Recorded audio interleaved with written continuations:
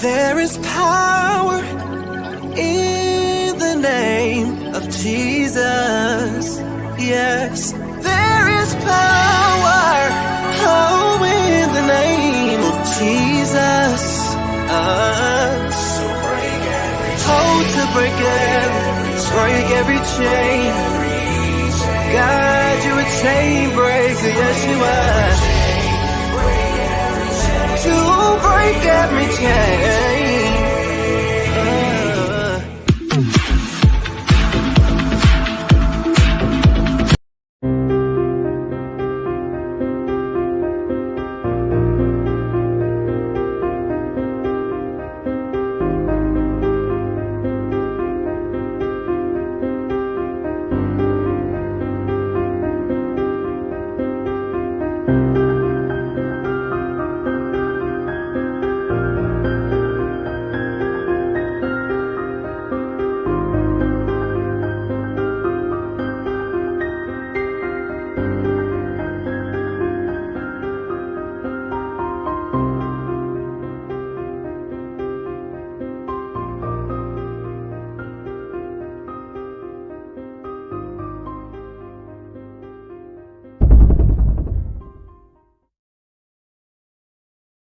For all those who appreciate the work that we're doing here on Standing for Truth, please hit that subscribe button because we are just getting started.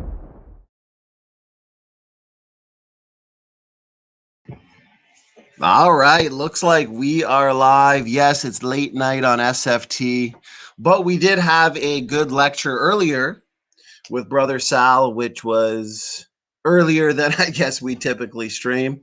Good people in the audience, in his image. Good to see ya. Great video today debunking biologos. Make sure, guys, you go subscribe to In His Image. He's putting out some great stuff. Doki Doki Bible Club, the Super Sticker Master. Good to see ya. Thank you so much. I appreciate it. George, yes, it's been a wild night. We had Sal giving part 2 of his lecture series on protein probabilities. So make sure you go check out not only part 2, but check out part 1. We're going to have him back next week. I'm looking forward to it. So George says, Sal killed it today. Lecture and after show. Healthy competition. Amen, brother. Amen. Andrew Graham, good to see you. Good to see you. Yeah, we're going to have a lot of fun tonight. I'm looking forward to this one. And I took a couple sinus pills because I have been sneezing all day. I don't know what it is. I guess we're just going overtime on this whole creation versus evolution thing. But there was no way I was not going to stream tonight because this is exciting and important. So let's get right into it then. Because this video that Dr. Dan, as we can see here on the screen, it was quite hilarious, I'm going to say. And you know what? They say laughter is the best medicine after all. So Dan apparently went into his video blind. It was a blind rebuttal, as in he never watched it prior, which, to be honest with you, was incredibly apparent since he literally, and you guys are going to see this, he literally ignored the content of the video itself that he was supposed to refute. And the point of the video was opposite of what he was focusing on, because he favored repeating his typical talking points that he has been essentially repeating since he got onto YouTube. The video he was responding to, guys, it was a rebuttal to the portion of Dr. Swamidas and Erica's video where they misrepresent. But since they have yet to correct themselves, at this point, it is just, I'm sorry to say it, I mean, they're just lying about Dr. Jensen by saying he ignored other pedigree-based studies on the why, which I absolutely demolished, and they need to admit it, or else they are admitting that they are purposely being dishonest about Jensen's work. So Dan, you guys are going to see this. I'm going to play the video. I'll be playing it at 1.5 speed so we can get through it. But Dan quickly realized he could not defend their straw man arguments. And it was so funny because, as you guys are going to see, he literally gave zero defense for Erica and Swamidas and debunked literally nothing. Actually, this comes to mind. Dan's video, and if anybody in the chat can come up with some better memes than me, then go for it. Maybe we'll make this into a competition, because Dan's video, I think, could result in a ton of hilarious memes. His video reminded me of, let's think, him coming home for dinner, okay? And his wife asks him about his day, and he starts ranting about Dr. Jensen and pedigree versus phylogenetic rates, or she asks him about his day, and he starts talking about his day 3 days ago. Or somebody asks Dan, what's your favorite movie? And he starts listing off all his favorite books. Or, hey, Dan, what's your favorite Marvel superhero? And he starts listing off a bunch of DC comic superheroes. It's like opposite of what his response should be. So, guys, point is, Dr. Dan, at this point, MVP of Team Dodgeball, he's kind of a troll. He's not really to be taken seriously. It's why essentially he's blocked from so many big time creationist channels. You've probably noticed he really just repeats the same 4 or 5 already debunked talking points and asks the same questions that have been answered a million times. These guys aren't looking for answers. One that comes to mind, look at my Neanderthal debate recently on Modern Day Debate, okay? Both Walker and Dr. Dan in the chat could not follow what I was saying about patriarchal drive, okay? And the fact that the longer you live, the more mutations that'll be passed on, of course. The more that will accumulate in one's lifetime. Somatic cell line mutations, they're not inherited, but more will accumulate in your germ cell lines, and they'll be passed on. So here's the thing, and I was explaining in the debate that if Neanderthals were founded by an early biblical patriarch, okay, as the book of Genesis would suggest, and the evidence suggests, well, they would have started off with what? A massive number of mutations. Plus, as I indicated in the debate, they were earlier. They were an early branch of man. They would have started off different. This is just common sense. They would have started off with different sets of biodiversity. They would have started off with more diversity. I mean, it's not really that hard to comprehend. But remember, when they only have 1 or 3 talking points, they can't really accept an answer, okay? So that's the point. And here's another thing too, because Dan said, yeah, Godzilla Freak, good to see you, brother. Dan says anything, SFT says, you said more things wrong in that sentence than there were words, and it's true. That's what, typically one of their 20-minute videos can result in a series of videos because you have to address every single word. So Godzilla Freak, you've been paying attention. George Bond, Doki Doki, thanks so much for the super stickers. Let me, I'm going to share a screen real quick, because here's the thing, guys. I was, Dr. Rob Carter, he's an expert in mitochondrial DNA, okay? He's trained heavily in genetics. Now, Dan is guilty of this too. They all are. They try and discredit Dr. Carter and say, oh, he's a marine biologist, don't listen to him. And none of them are aware that Dr. Carter has actually published in the mainstream journals on what? Mitochondrial DNA genetic diversity. He's an authority on the topic. And in the comment section of my Neanderthal debate on Modern Day Debate, a few people were making that argument. They were repeating Dan's argument. And I said, do you realize that Dr. Carter has published numerous papers in creationist journals, but they won't accept that. But he's also published in mainstream journals. And they said, no, I didn't know that. And a few of them were surprised and happy to look up Dr. Carter's work. And they found that, the specific paper on mitochondrial DNA. One critic who I'll say deserves a spot on Team Dodgeball, I pointed out the fact that Dr. Carter's published in mainstream journals on mitochondrial DNA.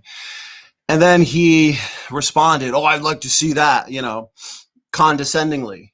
And I didn't respond because I was like, do we have to do all the homework for the evolutionists? Just Google. I literally, before we went live, okay, like I was saying in the chat, I said, I'm just looking at the paper. So I saw this atheist comment. I'm like, let's just see how much effort it takes to find Dr. Carter's paper. I literally typed into Google, mitochondrial DNA - Rob Carter. And it was like the third link that popped up. I mean, do we have to do all the homework for these guys? So I'm going to share a screen and just show it, just to put this one to bed. Okay. Quit using fallacious arguments, address the data. Okay, it's a red herring when people like Dr. Dan try and say, oh, you know, don't take that argument seriously because Rob Carter has a PhD in marine biology. It's a red herring. It's a rabbit trail. And I'd like to know how many peer-reviewed papers on mitochondrial DNA Dr. Dan has published. Let's see. I'm going to share a screen, you guys. If you guys are interested, I want you to see the paper I'm referring to. So right here. Dr. Rob Carter, mitochondrial diversity within modern human populations. Okay. Mainstream journals. One day I may actually go through this and just make like a stream on this paper, but highly recommend. He's an authority on the topic, which is why people like Dr. Dan can't even begin to address his arguments. How many times do I show clips from our Rob Carter debate? Because we brought Dr. Carter on about a month ago and had Dr. Carter address every single one of the critics' arguments. There's been no response. We might as well title it the irrefutable interview. This one as well. Dr. Dan and Walker, he repeated Dr. Dan's arguments about unrooted trees versus rooted trees. And I've directed them to this paper multiple times, and I still suspect that it has not been read by the critics. So an overview on the independent histories of the human Y chromosome and the human mitochondrial chromosome. So this is a lengthy paper as to why the mitochondrial DNA phylogenetics points to a young Eve, low variation in mitochondrial DNA and Y chromosome. So one day, I think we're going to do like I'm going to start a series, I think, soon, because we're almost done destroying every single sentence of these guys' arguments, Team Dodgeball. So I'd like to start a series where we pick a paper, okay, and go through it. And this would be one of them too, especially the papers that the critics ignore, okay? So there's that paper. Let me show Doki Doki. Thanks so much for the super sticker. Nebuchadnezzar, good to see you. Good to see you. Nebuchadnezzar, you're pretty famous. Okay, I thought you lived thousands of years ago. Catherine Stormgard says, why is Dr. Carter considered an authority? Well, he has studied extensively. He's got a PhD in marine biology, but he's studied extensively in genetics. He's run many technical simulations with Mendel's accountant. But like as I showed here, I'll share a screen again. He has published in mainstream journals. So right here. Check this out. I think my screen's sharing. Catherine might have just got here. I'm not sure. So mitochondrial diversity within modern human population. So Rob Carter has looked at this extensively. He's published in the mainstream journals. He knows what he's talking about. And his work has not been debunked. So essentially, this is how the critics read these technical papers that are recommended to them, blindfolded. It's got to be the case. Okay, so let's go directly to Dan's video. We're going to play it for a bit, and I'll make my comments, guys. So this should be fun. I haven't rewatched it. I watched it 5 days ago when it first came out, and I wanted to respond that night. I was so eager, you know. I don't require 3-4 months to respond to these videos. Now, we've been so busy with debates, interviews, discussions, editing videos that I just haven't had a chance. And even today, we did a lecture with Brother Sal, and we're going to be busy all week doing stuff. But I thought, you know what? Let's get this out of the way. This is too much fun. And Tuesday, we're going to have George Bond and Steph back on. Steph gave a global flood lecture. maybe a few weeks ago, and we're going to debunk some more portions of Erica's video. But this time, so since we've dealt with all the genetics, now we're going to get into the geology, age of the Earth. They said the hardest part of their video was Joshua Swamidas's interview. So I thought, you know what? Let me start with that. And I think I've got about 9 or 10 videos on that section. So share audio. And let's see. So we got some good stuff for you guys. Let's go right to Dan's video. That's why I've started it at 5:35. Okay. For the main fact that his first 5 minutes was mainly the introductions and not really anything important. So playback speed, let's go 1.5. Now, guys, we figured out how to avoid the echo. Now, me, I am guilty, I admit. I'll play 10 seconds and I'll go on, because like Godzilla Freak pointed out, oftentimes they say more things wrong in one sentence than words that are in that sentence. But what I'm going to do, I'm just going to let it play for a few minutes. I'm going to mute myself so I won't be able to talk, but at least you guys won't have that echo, okay? So let's go back here. Go to my stream. I'm going to mute, so you won't hear me from here on out, guys, just for a few minutes. And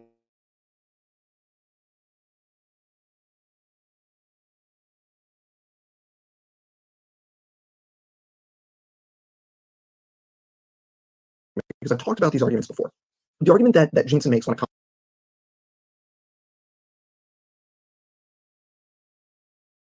comes to his pedigree rates, and he does this for mitochondria, and he does this for Y chromosomes. The argument he makes is you can look at parent offspring, and you can look at the number of mutations between them, and you can determine a per generation mutation rate. That's called the pedigree mutation rate. And what Jensen does, he says, okay, that's the one generation rate, so that's a certain number of mutations. Now let's look and see how much variation there is among all of humanity. How long would it take to accumulate that level of variation given our one generation rate? And then you could work backwards and see how many generations it would take. And by doing the math that way, Jensen arrives at a comically young age for the mitochondrial and Y chromosome most recent common ancestors. Now, the reason that math is wrong is that you can't just take that one generation rate and project it backwards, because you're catching all sorts of things in that rate. You're catching somatic mutations, mutations like in skin cells, right? I'm going to have mutations that are different from my children because my somatic cells have mutations and their somatic cells are going to have mutations, but those don't get passed on. There's also selection in the germline. So if you have a mutation that causes the gamete to not work, then that will never be propagated to subsequent generations, but you can catch that stuff in pedigree rates. And then over many generations, you've got natural selection, you've got genetic drift, you've got population bottlenecks. All of these things are filters that weed out mutations over time. So what you see is that you start off, if you measure your pedigree rate, it's very high, right? Your parent to offspring rate is very high, but over generations, that rate decreases and it asymptotically approaches what's called the substitution rate, which is the rate at which new mutations are fixed within the population, right? And that takes many, many, many generations to decline till you get to that rate, right? And when you're doing coalescence analysis over many, many generations, like you're doing for the Y chromosome and mitochondria, you need to use that substitute, that longer term rate. You're not using the per generation rate because it goes through many steps of filtering, essentially, where you lose mutations that occurred and then they don't propagate, right? So that's why this rate is wrong. So I'm interested to see if there's anything new here that is different from everything we've heard before. I suspect it will not be. We're going to find out. So I've got this video queued up right to where it gets into the content. And oh, actually, I do need to be listening. It would be good if I could, hear the video. And please let me know. I have it set up that you should all be able to hear the video as well. Just let me know if that's not the case, and I can fix things. So I'm also going to play this at 1.5 speed because it's short, but we don't have time for doing this at slow speed. We're going to do this at 1.5. So let's do it. Let's see if there's anything interesting in here.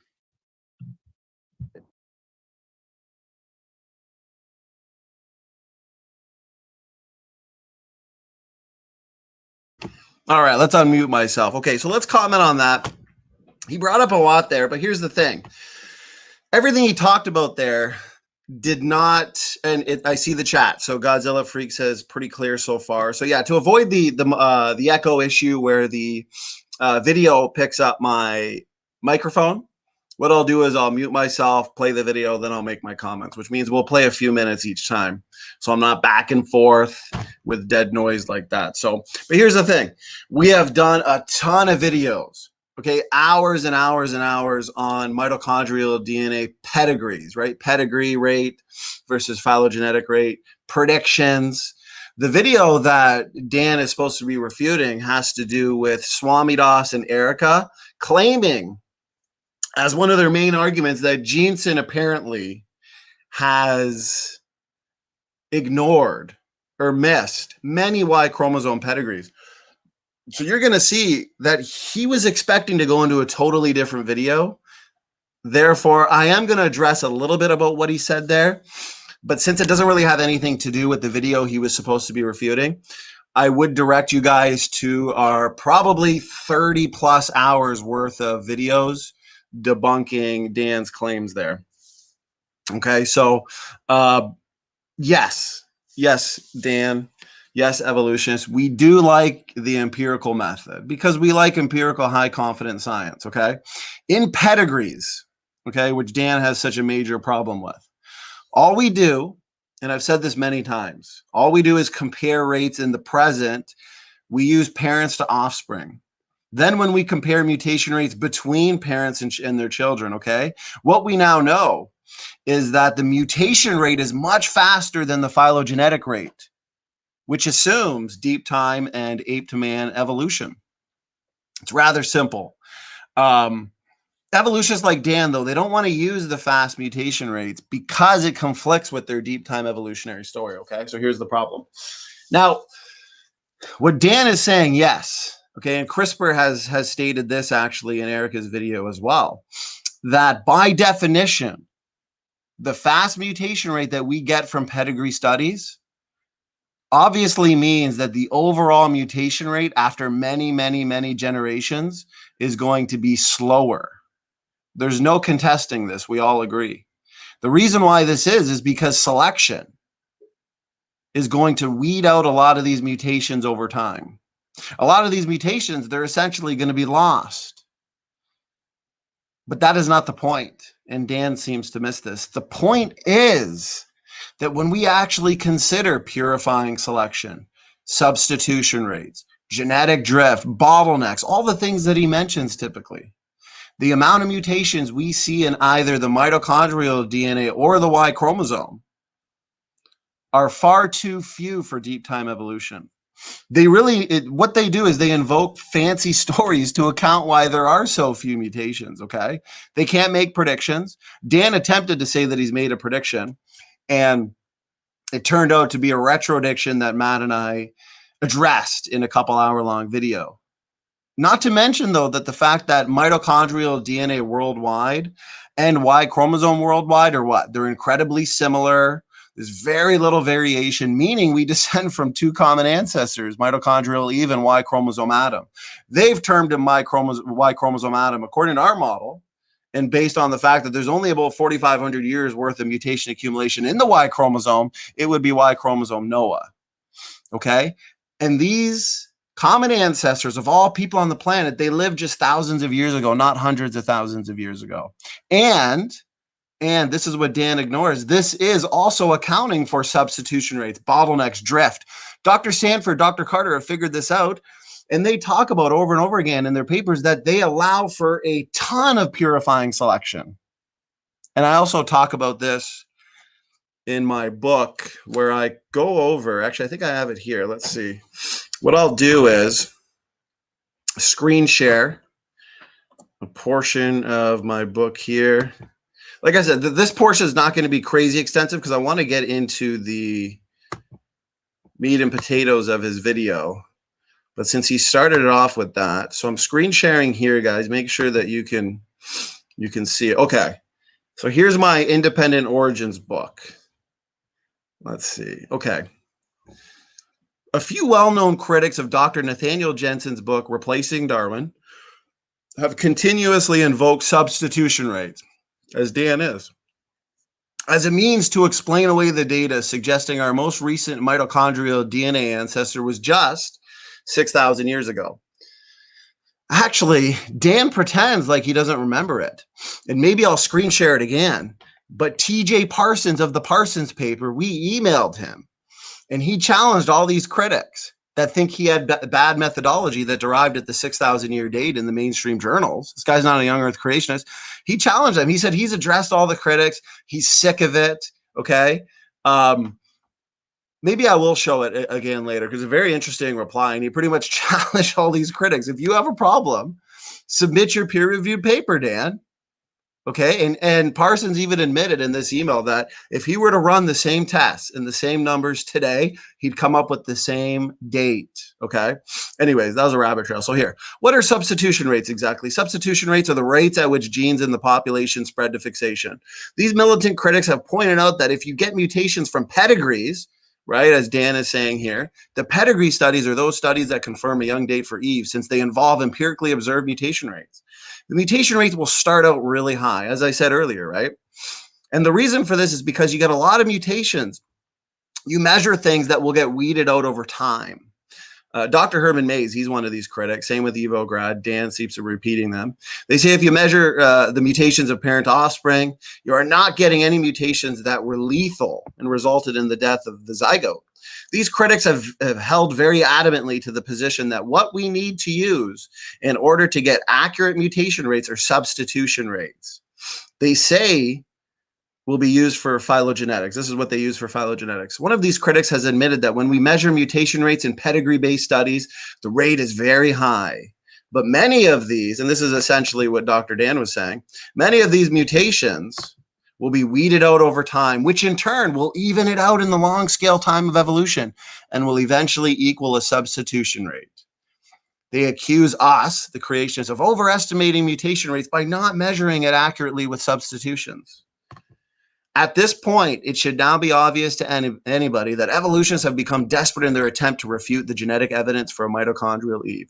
So here's the thing, as I stated earlier, and we can go on and on about this, of course, but my book here does address all these arguments ad nauseum.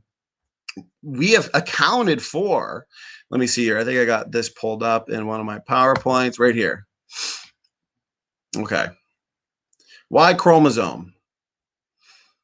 Let's go through this real quick, guys. This is Dr. Carter, Dr. Sanford, who have analyzed this.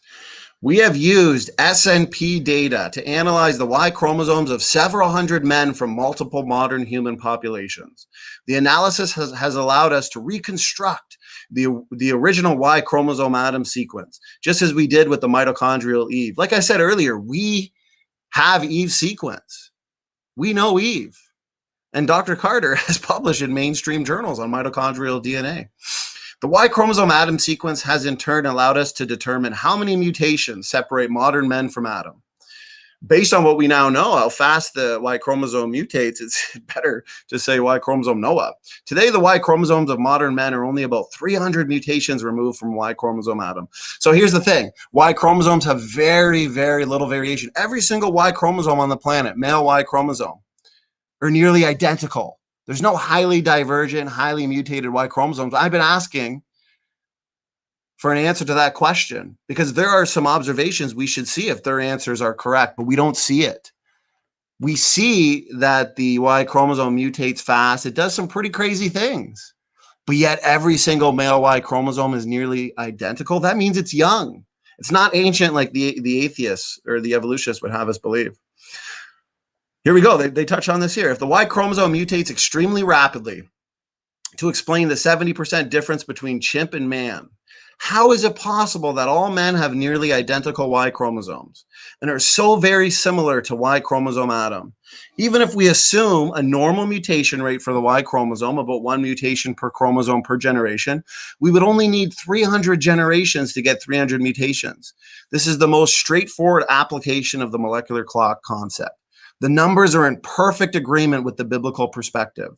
However, in 100,000 years, right, the evolutionary perspective, we would expect about 100,000 mutational differences between modern men and Y chromosome Adam.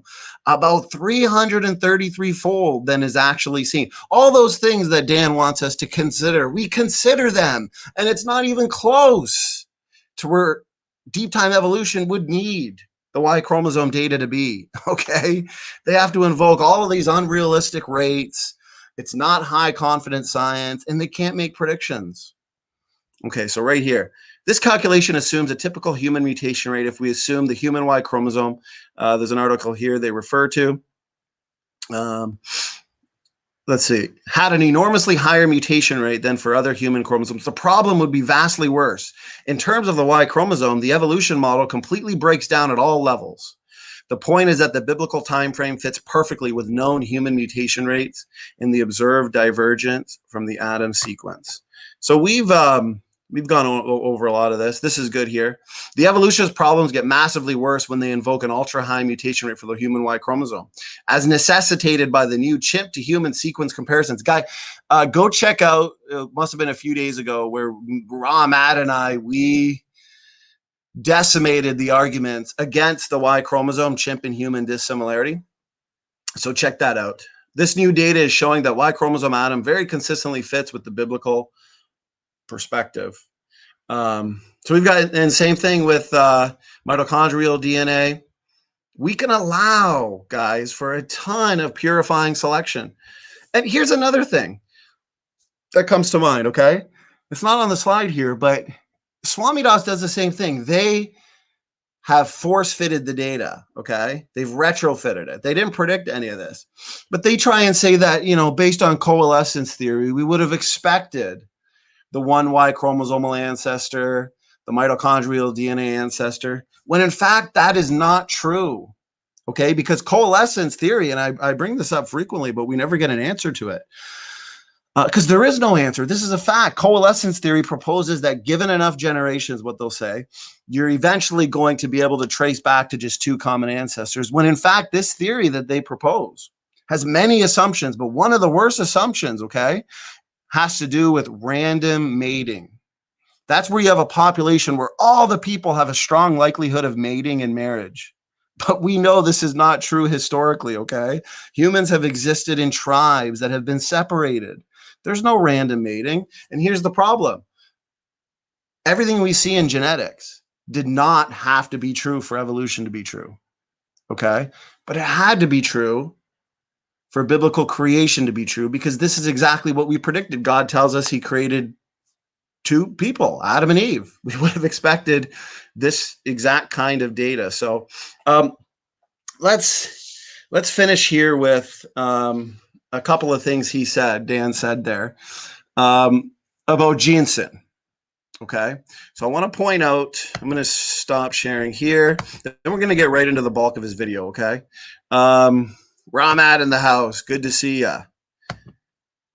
Okay, good. So everything sounds good. All righty.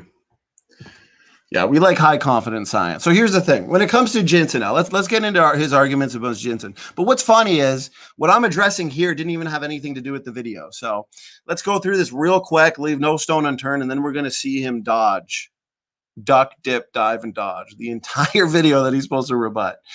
But he wanted to start it off with this, so unfortunately, we're going to have to take the first 30 minutes to address it. If you want an incredibly detailed refutation of what he's saying with Ramat and I, where we go through every single pedigree-based study, go into the playlist, Refuting the Critics, and you'll find it all there. Okay, so when it comes to Dr. Ginseng, he looks at the mitochondrial DNA mutation rate accepted by what? That's right, the secular community, which Dan says arrives at the young age for mitochondrial Eve, okay? Then he throws in the Y chromosome. This video is about the Y chromosome. Dan says you cannot take a one-generation mutation rate from pedigree studies and project that backwards because you're catching somatic mutations. So basically, Dan is using the rescue device that he used when he first started that we've addressed over and over again. And that is because somatic mutations, right, the ones that build up in your skin cells, okay, the ones that are not passed on, they build up in our lifetime. And they can be faster in some, slower in others, okay? And supposedly this negates the accuracy of pedigree-based studies, which is ridiculous, okay? Somatic mutations, we all agree, they're not inherited. De novo mutation rates take this into consideration and remove anything that they consider maybe somatic. Like, this stuff's been figured out. You know, he's essentially just waving the data away and he's dodging. We've considered these things, the purifying selection. I've gone over the mitochondrial DNA phylogenetic tree. You see a pattern that tells us we all came from one woman. There's not a lot of mutations there, okay? And the molecular clock, you're seeing random mutations in people over generations. And you can see that based on the phylogenetics, they can't assume the human to chimp split. Okay, so I would just say look at somatic mutation rates. Feel free to do so. Look at spontaneous mutation rates, substitution rates, genealogical mutation rates. It doesn't matter. They all agree with the biblical creation timescale, and they all corroborate each other. Nothing helps deep time evolution in regards to these observable studies. We like the empirical method, which he scoffs at. Parsons, okay, I went over the Matt uploaded the Parsons portion that I went through. His email response to us, where he just laughed at these critics. Even Dan in the comment section the other day said, Parsons paper, isn't that 20 years old? And it's just so funny because this is a published paper that is contrary to his worldview and his position, that all he can do is scoff. Like Parsons said, go submit your peer-reviewed publication proving his data wrong, which he's not going to do. He just hangs out in blogs all day. Parsons, Howell, all of these studies that we've looked at, they took somatic mutations into consideration. I can't believe Dan's still using this argument. They excluded them from their pedigree studies. So much for that rescue device, okay? I hope he doesn't use it again. It's getting exhausting. And when Dan talks about bottlenecks, I laugh so hard because clearly Dan isn't aware of the fact that these bottlenecks were not predicted according to the evolutionary model, as I talked about earlier. These were all post hoc ad hoc after the genetic data came out that suggests we came from a very small population based on the low genetic diversity in human beings, okay? This was all retrofitted to explain the data. What about fixed substitutions? These match exactly what we would expect if young earth creation were true and the biblical model of ancestry. We see few fixed total substitutions. Once again, they can't address the data. Dan says, so another thing he said there, Dan says you cannot use pedigree rates over time because when you do, these numbers, they match the biblical creation predictions. But guess what? If they match deep time evolution, you can bet yourself that he would say you can use these. But since the pedigree rates prove that humanity is young, and the average generation times, guys, range from about 247 to 504 generations ago, okay, from all these pedigree-based studies. Notice this, guys. Notice that these numbers do not even remotely help deep time evolution. That's why they have to invoke unrealistic mutation rates, unrealistic substitution rates. Their made-up last bottleneck was 200,000 years ago. Some say there was a bottleneck 70,000 years ago. Some say there was a bottleneck with Homo erectus. Some say there was a bottleneck with early man. They're looking at the genetic data and they're trying to retrofit it. So there's not really any there's not really any agreement. Even a lot of people are moving away from the Toba extinction, saying that never actually happened because of the inconsistencies. So here's the thing. In favor of evolution, let's say the average generation time was 35 years, let's say.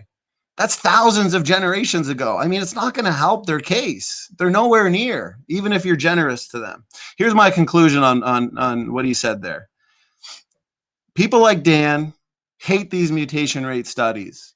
They hate them so much that they'll do anything they can to slow them down.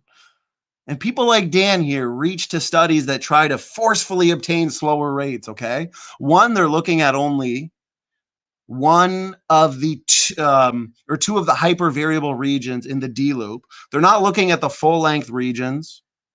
Okay, studies should always look at full length, and Ramad talks about this. We talked about this in great detail, where studies should always look at the full length HVR1 and HVR2 sequences. Another thing, okay, is that they're only looking at small study groups from large populations with little diversity. This is why the Parsons paper is so great and why Parsons is so confident, challenges all the critics. Send in your peer-reviewed study. Or they only investigated, let's say, identical twins, single family lineages, or inbred families. Heteroplasmy was ignored, or they place a generation time at a very high age. They add coalescent simulations to the rates, trying to make phylogeny and pedigree rates converge. They're calibrating the dates. they'll rule out any mutation they assume to be somatic as that slows down the rate. Whatever they do, though, it's nowhere near where they need to be. It's really, really bad for evolution, guys. It's not looking good. I think it's about time that I could go on and on for hours and hours on this one, to be honest with you, but it doesn't even really have anything to do with the video that he's supposed to rebut. So it is what it is. He's just repeating stuff. Matt says, yes, by looking at just one region of the D loop, like HVR2, you do not see heteroplasmy. Yeah, that's right. I mean, Matt wrote a whole book on mutation rates. I mean, this stuff has been dealt with. Brother Matt, you just got here. So when we first started, we went over some papers from Carter, one of his secular papers on mitochondrial DNA. You know, I'm going to play this video real quick as a way to end this, okay? As a way to end this and show you why Dan is just getting really, really desperate. Then we're going to get to him dodging the video, and you guys are going to laugh. So I'm going to mute myself here, guys, so there's no echo. Okay, we're going to let this next clip that I'm going to show you, we're going to let it play through, and then we're going to get right back to Dan.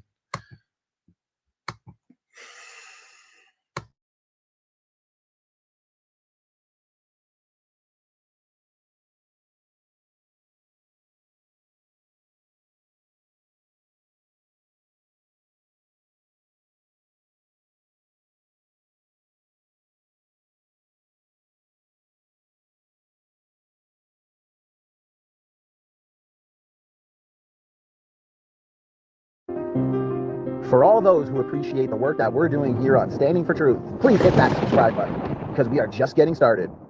They have an evolutionary creation model, which makes no sense. No, in creation, God can front load the genome with as much diversity as he wants to. If all variation is caused by mutation, absolutely, it's impossible. You can't get all the variation we see in modern people if we start from Adam and Eve, if they're 100% homozygous. Right. But what if God front loaded Adam and Eve with like 20 million variants? Then we can lose half of them and still have as much as we have today. And 20 million is not a lot. I carry 3 or 4 million. You carry 3 or 4 million of the common ones, and probably 3 or 4 million rare ones. That's fine. So it's actually trivial to start with Adam and Eve and get the people we have today as far as the number of variants. Especially if you had 6,000 years of mutation, you can have a lot of new variants appearing in that 6,000 years. Right. They're coming from their perspective of the evolution having to work in a short time period. Yeah. Well, so what are some of the best evidences for a literal Eve and a literal Adam? Well, the best evidences are the fact that we found Y chromosome Adam and mitochondrial Eve. Now, the evolutionists put them in a different place where I would put them, but it's quite clear there's only one human Y chromosome. And all men share a very similar Y chromosome. That didn't have to be true, because if we came from a common ancestral population with chimpanzees, that ancestral population would have had a diversity of Y chromosomes. And when the population split into the lineages that led to humans and chimps, it's possible that we could have, like, in this ancestral population, type A, B, C, and D. Well, if humans have type A and B, and chimpanzees had type B and C, that means there would be a human and chimp who both had type B. They're more closely related to each other than a human is to another human on the Y chromosome. But it didn't work out that way. It's, mathematically and theoretically possible, but it's totally not true. There's only one Y chromosome. In fact, just yesterday, or maybe the day before, they redid the Neanderthal Y chromosome, which is really weird to me, because for a long time we only had female ancient DNA. All the Neanderthals, all the Denisovans, as they're sequencing, they're all female. Like, why is no males? We got like 20 females and no males. Something really weird. But they finally published a partial Neanderthal Y chromosome several years ago, and it was way different. I mean, way out in left field. Like, oh wow, that thing's really different. Well, just a couple days ago, they replaced it with a very modern human one. Wow. And the Y chromosome common ancestor between Neanderthals and humans, modern humans, is much more recent than it was last week. They totally redated it. Incredible. Wow. Where can we find that study? I want that one. But so how about molecular clocks then? Do they support a literal Adam and Eve? And is there a constant clock? Is there an average clock that can actually be made? Yes and no. Okay. If you take a constant average for things we can measure in the laboratory today, you can get an approximation of how long ago Y chromosome Adam or mitochondrial Eve lived. It's only a few thousand years. You don't need tens or even hundreds of thousands of years. Now, they don't like doing that, so they're like, the Y chromosome right now, the clock is grounded in the time when Native Americans got to North America. Okay. In fact, the Y chromosome guys, they call that a sanity check that appears in several papers. So they're not using genetics, they're using archaeology to give them a clock so they can figure out how far long ago mitochondrial Adam was, Y chromosome Adam was. Oh, yeah. Wow, that's interesting. But if you look at the measurable mutation rate from one generation to the next, it's a lot faster than they want it to be. But I don't like the molecular clock idea. I don't think it works.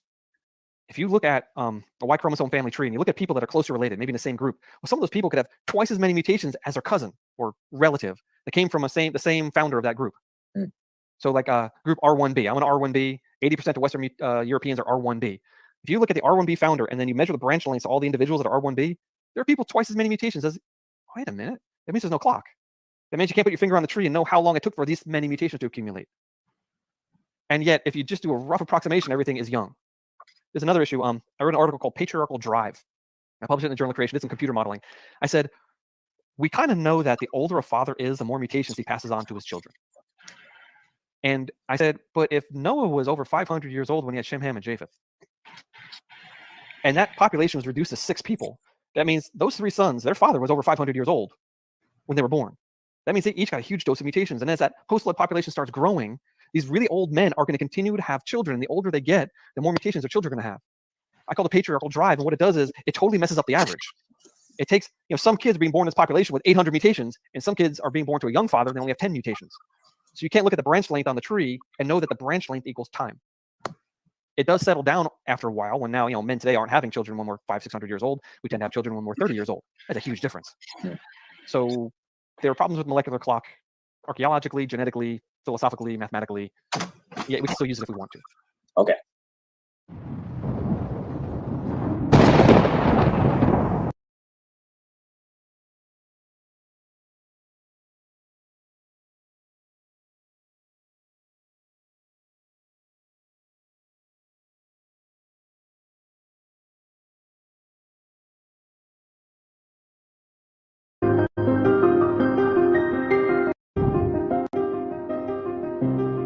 For all those who appreciate the work that we're doing here on Standing for Truth, please hit that subscribe button because we are just getting started. Now that you mentioned that, because we know humans have incredibly low genetic diversity, like you said, and you're right, they don't like to point out the fact that the allele frequencies and how rare they are. When it comes to them attempting to explain the low genetic diversity, Dr. Carter, it looks like they look to that out of Africa near extinction event. Is that out of Africa near extinction event, is that plausible? And what are some of the major problems associated with that, since that seems to be what they look to explain the diversity? Well, first of all, it's a post hoc answer. No one predicted the out of Africa.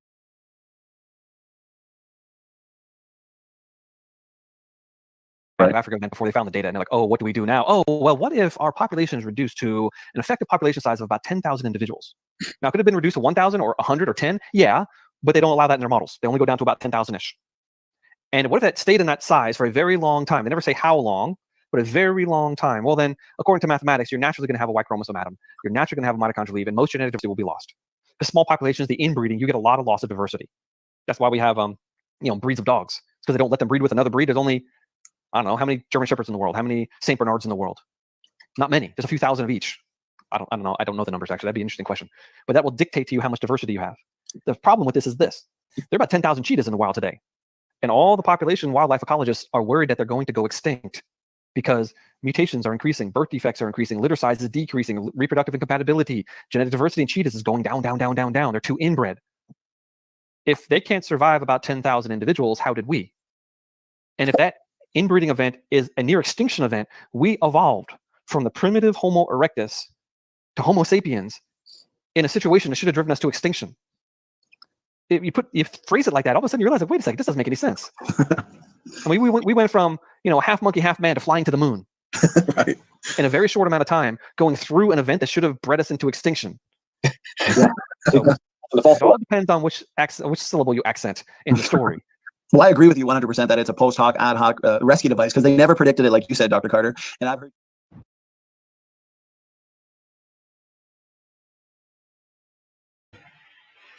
Never predicted it. Never predicted any of this data. For anybody who just got here, here's Dr. Carter's paper on mitochondrial DNA. So mitochondrial diversity within modern human populations.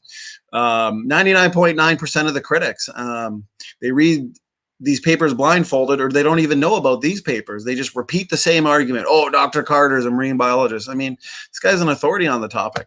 Here's a paper that, like I said, we're going to go through line by line one day because I reference it a lot.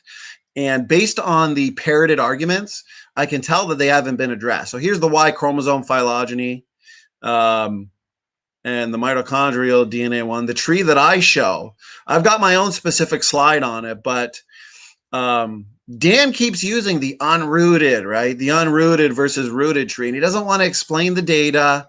He wants to ignore the data, ignore why there's so few mutations. Okay. When in fact, read this paper, read Dr. Carter's work on it. And if you place the root on the evolutionary assumption, you don't necessarily have the same number of mutations along the resulting branches. That's what I always point out. This breaks the assumption of a molecular clock, which is the basis of where they place the root. Okay, and in this paper, because Dan, when I show my unrooted tree, that I show the pattern, you know, explosive growth from a center point, for example. The Y chromosome is the same. The fact that there's so few mutations, okay? The whole point is it being unrooted. In other places, you can see Dr. Carter indicate where the evolutionary root is, and he discusses what happens when you root the tree to the evolutionary assumption, but they're not up to date on the literature. They never read the papers that I cite. I mean, do they want me to just go through this 20-page technical paper during every single debate to prove it to them? But then they'll say, oh, you know, this is a published paper, but this one's in a creationist page. Okay. We got mainstream ones too, guys. We've got it all. We've got it all. So let me see the side chat, and then we're going to continue with Dan's video. We're now getting to the fun part, okay? Okay, so let's see. Thank you, Doki Doki. I appreciate it. Good to see people here. Nebuchadnezzar says, interesting. Yeah, definitely. We our full interview with Dr. Carter is about an hour and a half. And we made sure to ask him all the critics' best arguments, all the objections. So definitely go watch that interview. It's not going to, as this video proved, it's not going to stop them from repeating the same arguments. That's for sure. But we know it's been dealt with. We know it's been dealt with. Okay, so let's go back to Dan's video. I'm going to mute myself again, guys. Okay, and we will allow it to play for a few minutes because I'm going to be muted, and then we'll address it. Okay, here we go. Now pay attention to how Dan, when he starts to see what the video really is about how Erica and Swamidas. Now, if you want to see, so what's nice is Erica did like at the end of her 3.5-hour video, she did like a section where she kind of broke everything down. She reiterated her Swamidas interview that I think goes on for an hour in just a couple minutes. So that's what this video is. We put together a 10-minute video for the critics who don't want to watch our 2-hour videos. But if you want to see every single detail of Swamidas and Erica's claims, I've also got the 2-hour version. So you can do the 2-hour version. And I put in the description box. It's funny when Dan can't even represent a 10-minute video correctly. He's not going to be representing a 2-hour video correctly. And we're doing this for them, giving them short videos because they're always complaining about the 2-3-hour videos. They can't even deal with the short ones. All right, here we go, guys. I'm going to be on mute. We'll let it play for a few minutes. Pay attention. Pay attention to Erica's arguments. See what Dan responds to. He's going to go back to the pedigrees again that I just addressed. That's not the point of this 10-minute video, Dan. Like I'm almost worried about him. I think the beatdowns that we've been giving him in his arguments, I think I don't know. You can see it in his face though, where he's thinking like, ooh, I shouldn't have done this one blind. This isn't going to look good. So, because the video is very specific. We're refuting very specific claims of Erica. And that's the issue. He was incapable of having a rebuttal to it because it was so specific. So it's almost not his fault. He should retry. Okay, here we go. Yeah, Renwell says it's hard to track down arguments in huge videos. Yeah, that's why we've been putting out a lot of 3-minute, 4-minute, 10. So, for example, the TMR4A argument that Swamidas uses, time to most recent 4 alleles. I did a video that's over 2 hours on it, broke it down into detail. But then I released a video that just a 5-minute video on it the other day for people who don't have time for 2-hour videos, or the PRDM9 gene that helps in recombinational hotspots. I've got a couple-hour video on that, but we also released just a 2-minute video on it. So, you know, we're trying to help. We're trying to help everybody out. who might not have. Thank God I found this whole 2x speed, watching these videos at 2x speed. Now I'm going to be able to get through so many more of these videos. Okay, here we go, guys. About to mute myself. Let's listen to good old Dan.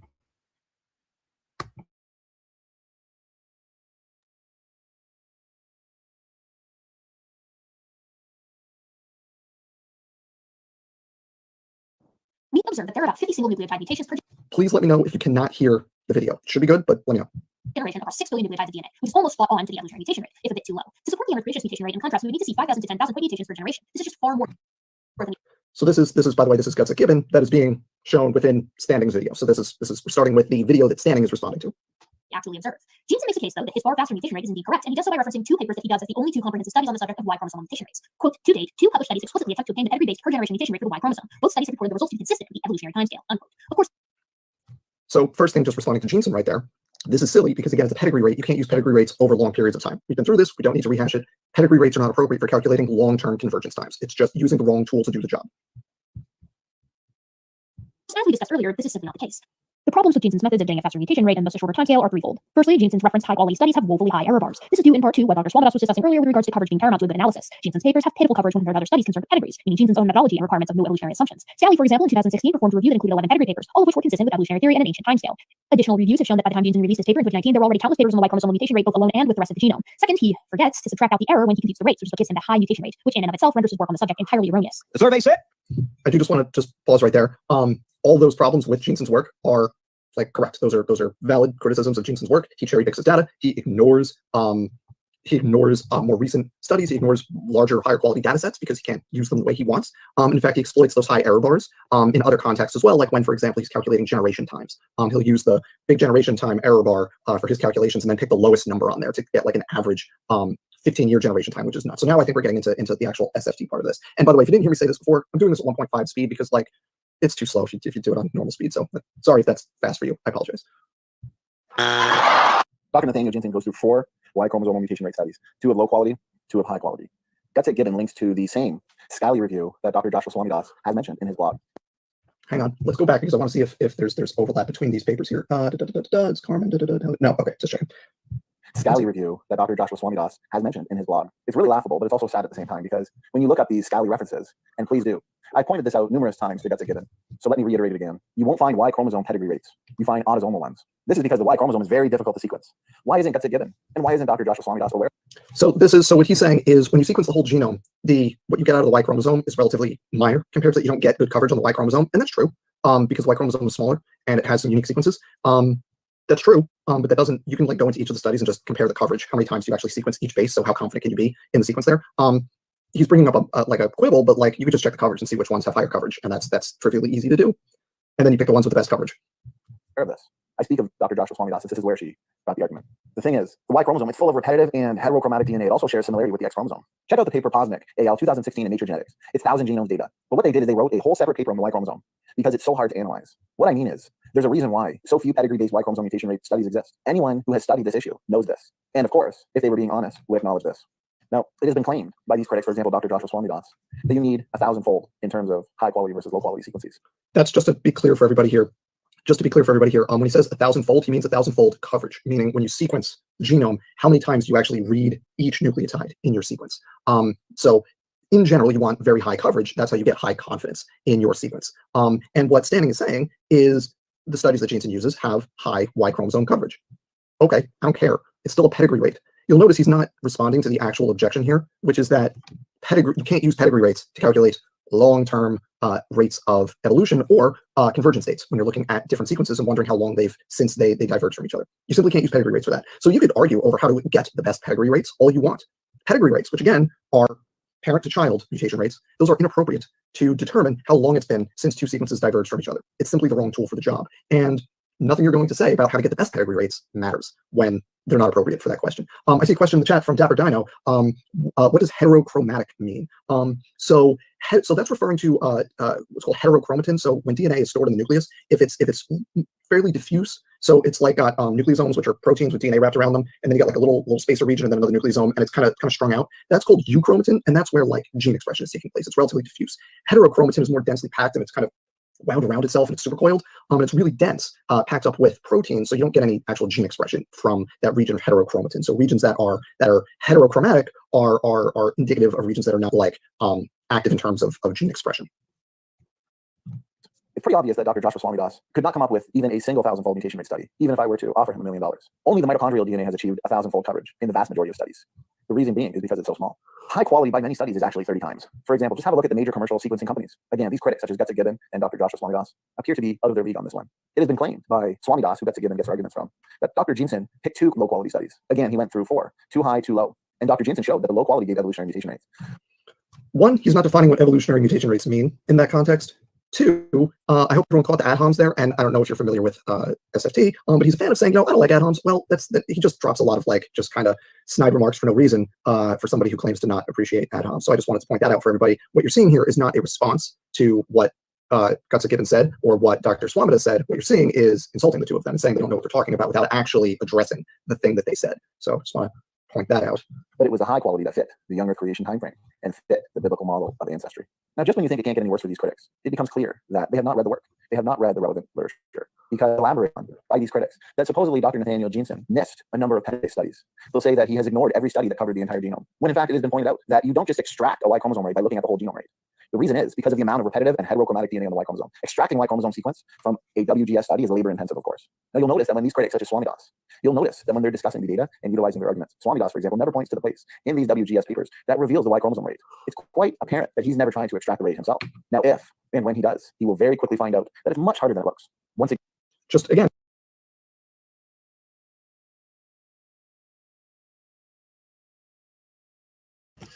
All right, let's end it there for now. So isn't it hilarious how, and I'm going to screen share and show you that I've corrected Gibbon on this months ago and still repeating the same argument. So as you can see here, what I'm doing is I'm rebutting the portion, because we've dealt with the pedigree rates where he says you can't get a pedigree rate and get the early biblical date that we look to and that we say, well, I've already addressed that for the first 30 minutes. So he keeps going back to that.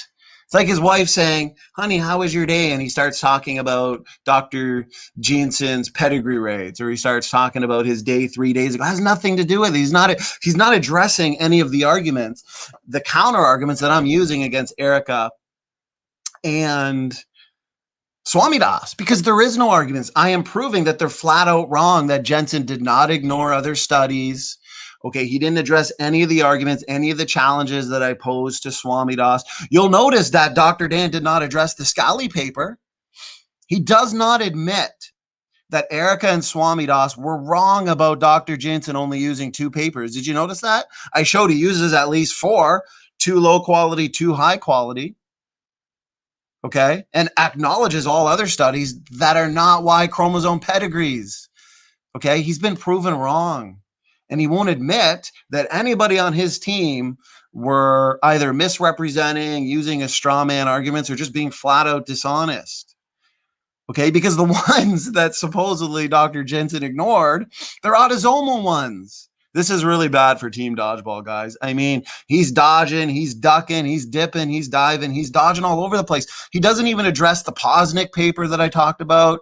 He ignores the, I guess we didn't specifically talk about it there. I think it's the Balanovsky paper. You'll see, I'm going to screen share you in a second where I've corrected Eric on this months ago and still repeating the same arguments, not answering my questions. Dan here ignores. But there's no answers to these questions and to my arguments other than them just admitting they were wrong. Or if they continue repeating these arguments, now they're just admitting that they're dishonest or they didn't read Jensen's. Here, for anybody who just came into the chat, I'm going to show you how Swamidas. Okay, you see this? There's Jensen's Y chromosome prediction paper. This is Swamidas right here.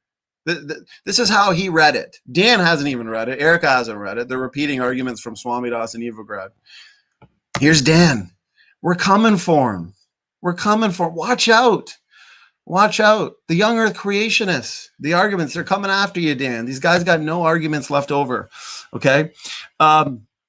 This is what we're dealing with. This is their best. This is the best they got. This is why I'm telling you guys. This is why they don't do what Dr. Stefan Frello did and actually submit these pathetic rebuttals into the AIG journal where Jensen can laugh at them and then destroy them.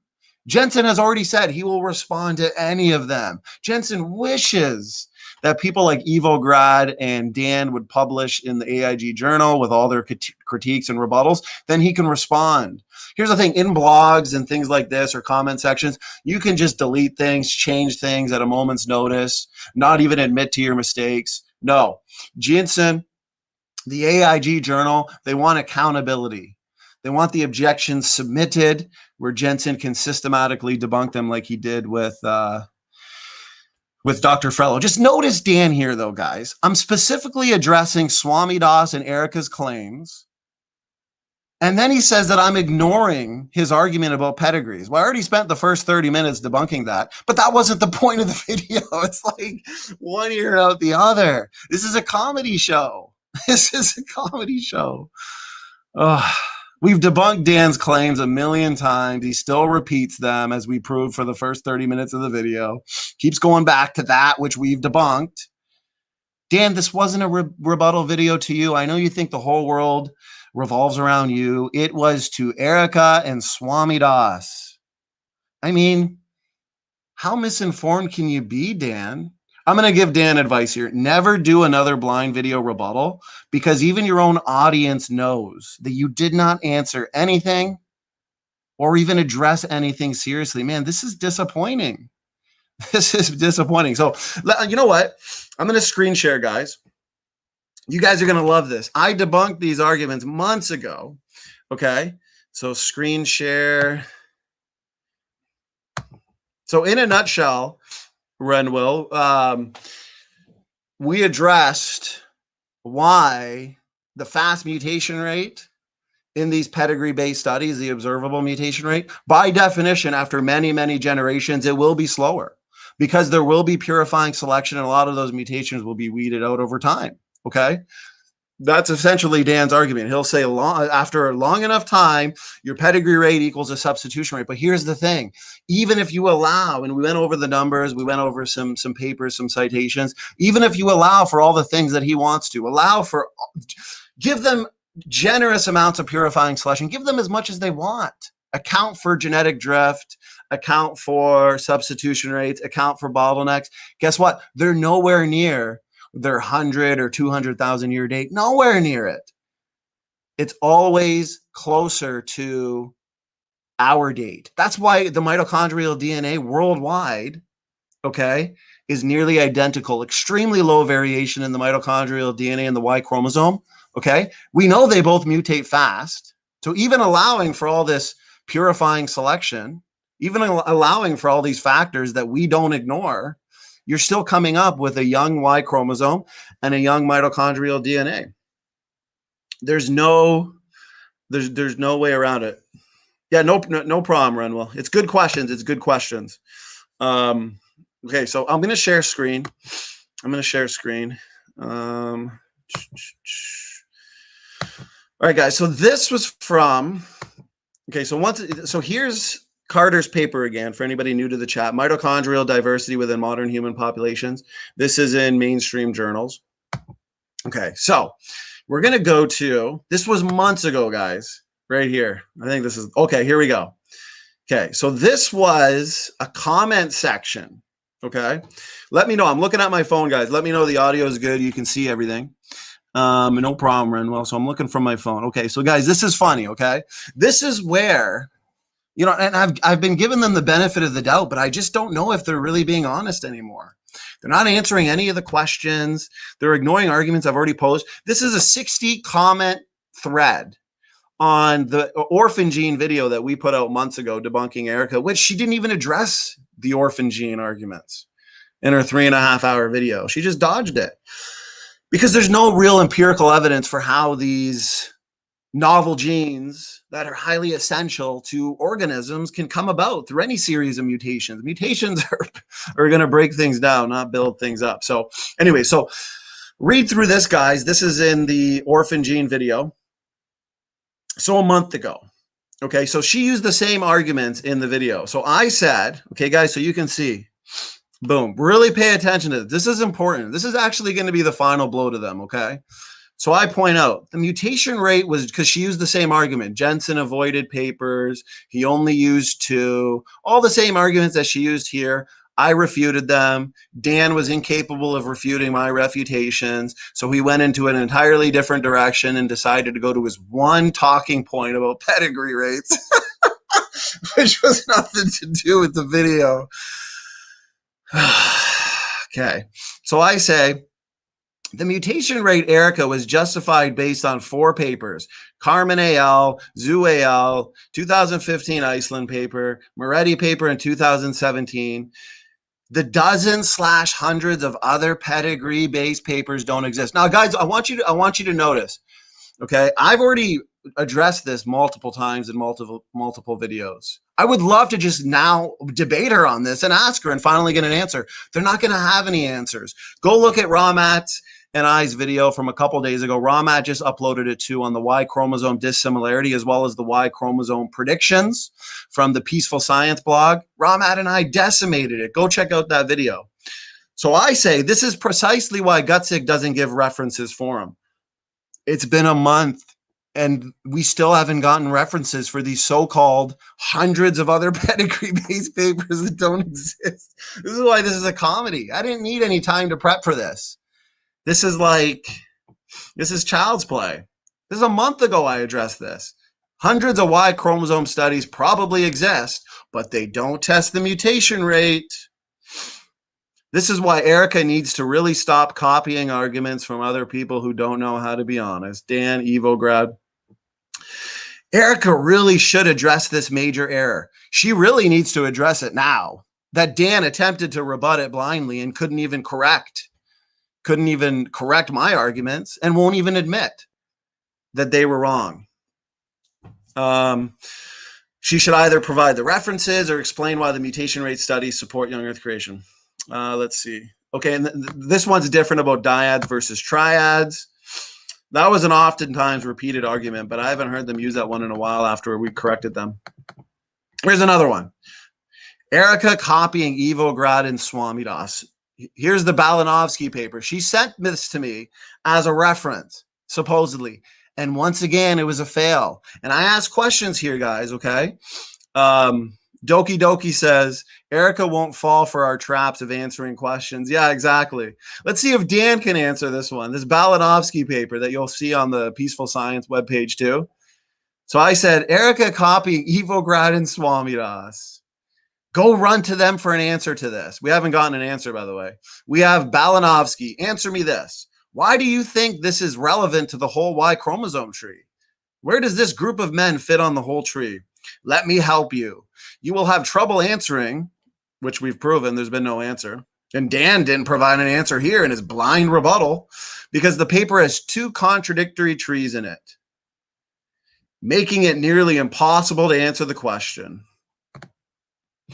Once someone from your anti-science camp can resolve the tree question, it's likely that we'll find that the branches are unusually short, as the G1 branches are in the 1,000 Genomes Project. I mean, I was detailed here. One of the trees in the Balanovsky paper also shows the branches to be short. The other one doesn't. Hence the contradiction. Short branches imply mutational slowdown, which would make it almost irrelevant to the mutation rate for the overall tree. Guys, look at this. Remember that Scally paper that I corrected her on just now in that video and Dan ignored? Remember? Look at a month ago. Let me highlight that, guys. Let me highlight that for you. Scally. I think Swamidas tried the same trick. It's almost laughable. Guys, look at this.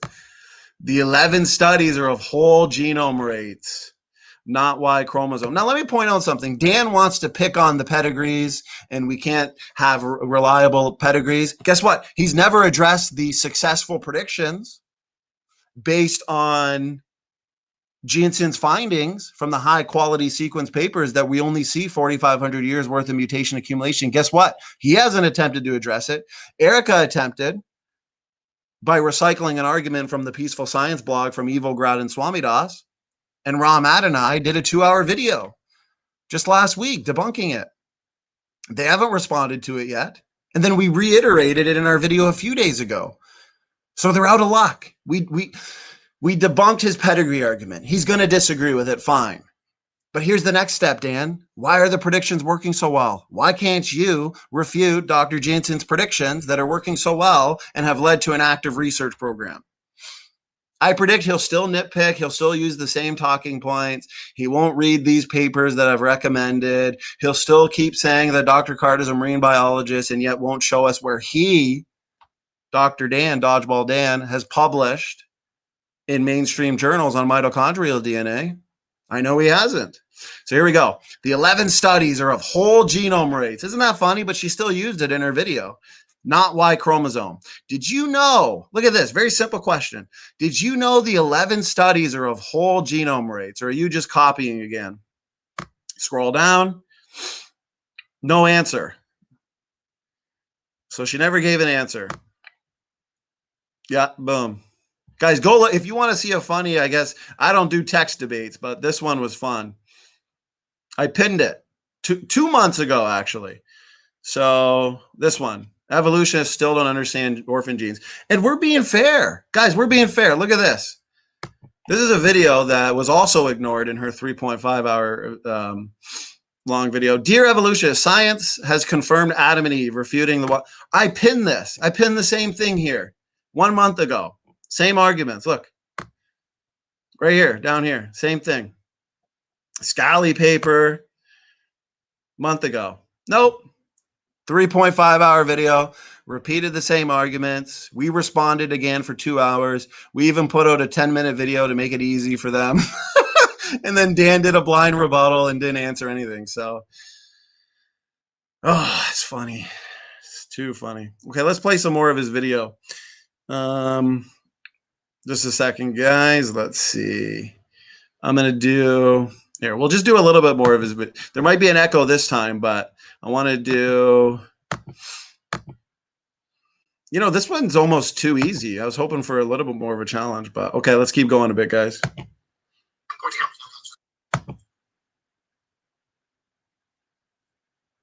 Let me know if I still got the audio on, I believe, but make sure it is, guys. Let me know in the chat.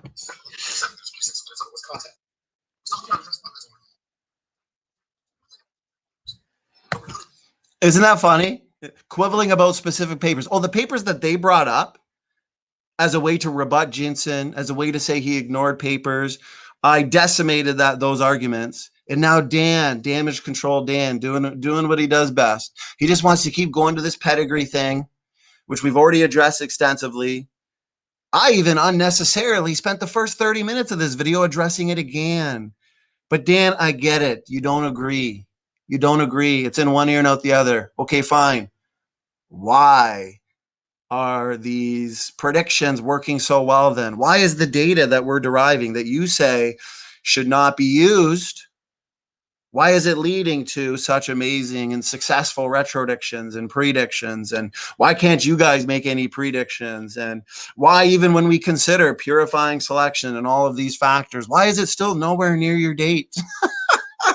You know, why chromosomes? Why are they nearly identical worldwide? Okay, they need to invoke all of these rescue devices, and yet we see no highly divergent, highly mutated Y chromosomes on the planet today. Just, you know, just dodging all day long. Let's keep going.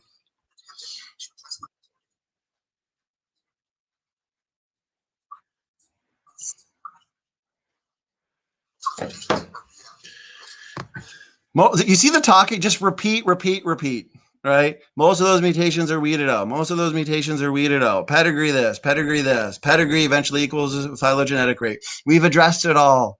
We get it. We get it, Dan. Come up with something new. What's his PhD in? Dodgeball? You know?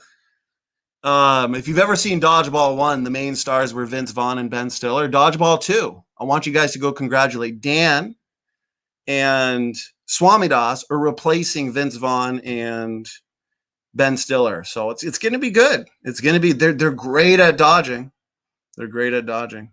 It just shows that people they're not very versatile. His channel is going to die. He deals with like 3 topics over and over again. Junk DNA.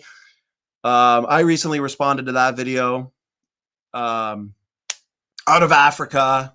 We've dealt with that intensely. Neanderthals and pedigrees. We've literally addressed all his content.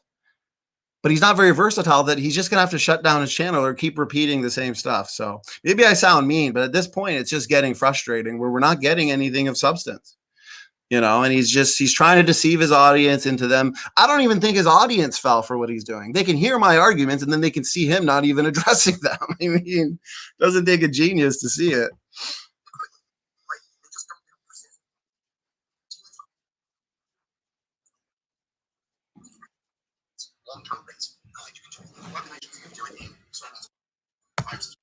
Oh, and it's so funny. The one that he gave where he says, you know, we can make a prediction, right? We can make a prediction on this, and the substitution rates, you know, they work out in favor for our model. Matt and I did, Matt's in the chat. What was that? A couple-hour video showing why it wasn't a prediction. It was a retrodiction, and it failed miserably. But of course, Dan's going to go back to it. But when you don't get any predictions, you got to pretend.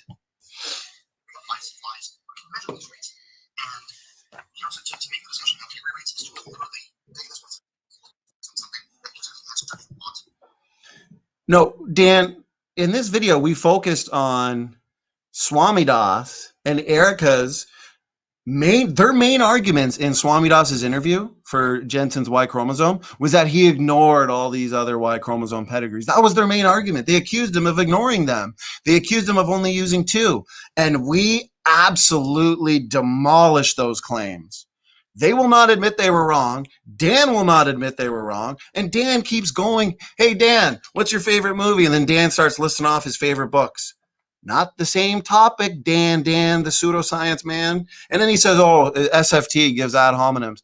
You know, when it comes to these lousy arguments, all this dodging, dishonesty, yeah. You know, it's not even an ad hominem because he's pushing pseudoscience.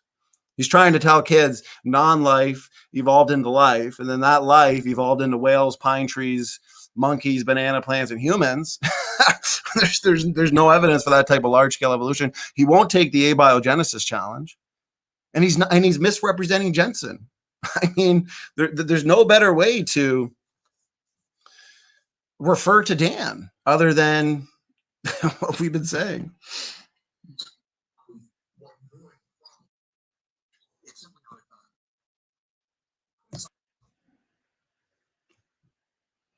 Can you guys hear the audio here? Do I have it shared? Let me go see.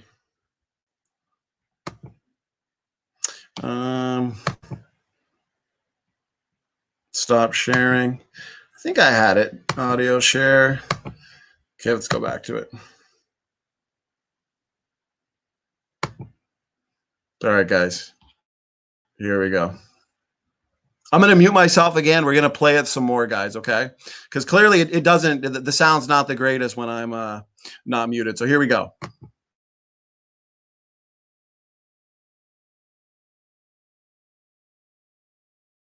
The problems with Jensen's work, because this is not an expansive takedown of Jensen's work on this. This is a response to this specific video. But like, I mean, there's cherry picking going on there. I mean, Jensen just ignores other studies that are more recent and that actually.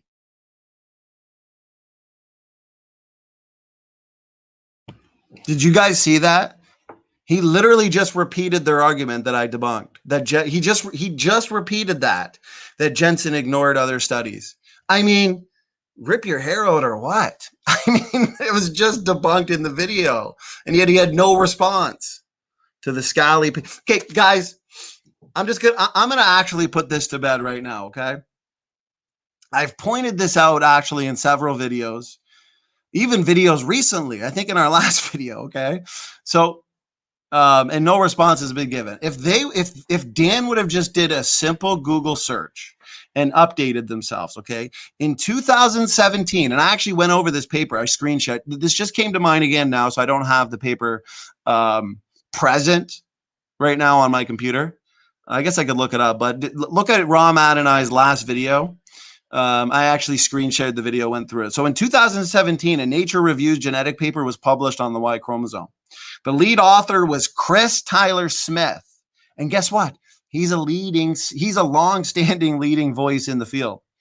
Now, in this paper, okay, they list the pedigree studies in print. And guess what, Dan?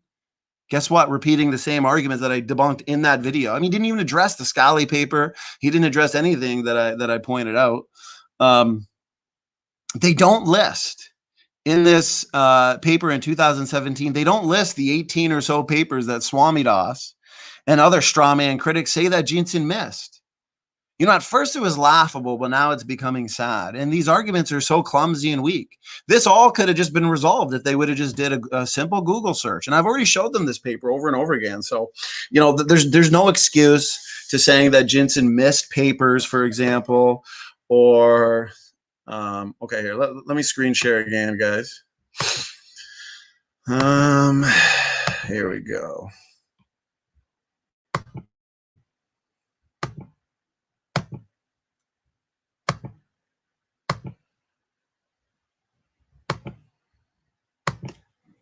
Yes, that are incompatible with his desired time frame. It's so yeah, and also just another quick note, just to say that like Swamidas is not familiar with the research on this is just not reasonable. Just 1 second, guys. I want to make sure that I'm okay. Let's redo that. So I just want to make sure audio is shared.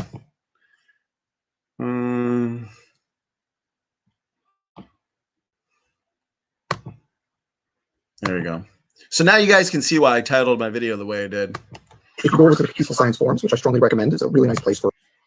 Yeah, he strongly recommends the Peaceful Science forums, where in RAMAT, we did a video a few days ago on the Y chromosome. We went through their arguments on that forum.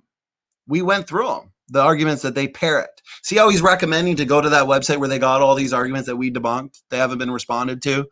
Isn't that funny? A lot of their arguments here are verbatim from that blog with Swamidas. And he says, you know, it's erroneous of me to claim that Swamidas doesn't know what he's talking about. He doesn't. I've already showed you the way that Swamidas reads creationist literature. He reads it blindfolded clearly with these arguments, not addressing the testable predictions. When Erica did attempt to, Ramat and I showed conclusively why they're just attacking Jensen for not using evolutionary based assumptions, but not addressing why they're working so well. So let's keep going. Let's keep going. For actual scientific discourse on a lot of these issues. You know, Dr. Swamidas knows his stuff on this. No, he clearly doesn't, because for one, his TMR4A argument is complete straw man, complete misrepresentation of created heterozygosity. His arguments here against the Y chromosome, saying that Dr. Jensen missed a bunch of these papers and making these claims about 1,000-fold sequences, I mean, it's not looking good for them. Oh, and with Swamidas, go check out. It's been shared a lot. I think it's almost at 1,000 views. My video I did about a couple weeks ago, exposing Swamidas in that Peaceful Science blog.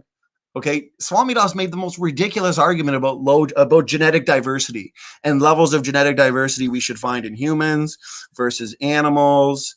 And I did a 2-hour response to it. I see it being shared around on Facebook, which is awesome, guys. So make sure you do it. And I've challenged Swamidas to either correct himself on his claims about diversity, or if he's not going to correct himself, refute the content in the video. But these are the types of arguments we're finding. But Dan is talking very, very highly of Swamidas and saying I'm misrepresenting his knowledge. And I'm not saying Swamidas isn't a smart guy. He is a smart guy. But he's misrepresenting and strawmanning people like Jensen, people like Carter. He's clearly not updating himself on these papers before he critiques them. Because if he did, he wouldn't say that Jensen only looked at 2 papers and ignored all these other papers and then used the Scali paper, or not be aware of this paper in 2017 that I pointed out, or use the Balanovsky paper. It's just, I don't even know anymore. Really worked through the creationist literature on this. And not only that, but he goes out of his way more so than almost any. Yes. Godzilla Freak says, yeah, we should take down some of the larger channels. Yeah, that's why we started, brother. That's why we started that series. Another Evolutionist Bites the Dust. So we've done R and Raw so far, Vice Rhino, Tony Reed, and Professor Dave. So go check out that that playlist, and we're gonna get back to those ones as well. So, you know, Team Dodgeball popped their head back up, and Word on the street is they're tapping out. Erica might be tapping out, especially after she attempted the abiogenesis challenge the other day for a couple hours with us, could not address any of the chicken and egg problems, could not defend it. For $1 million, could not defend it. So I think they might be tapping out.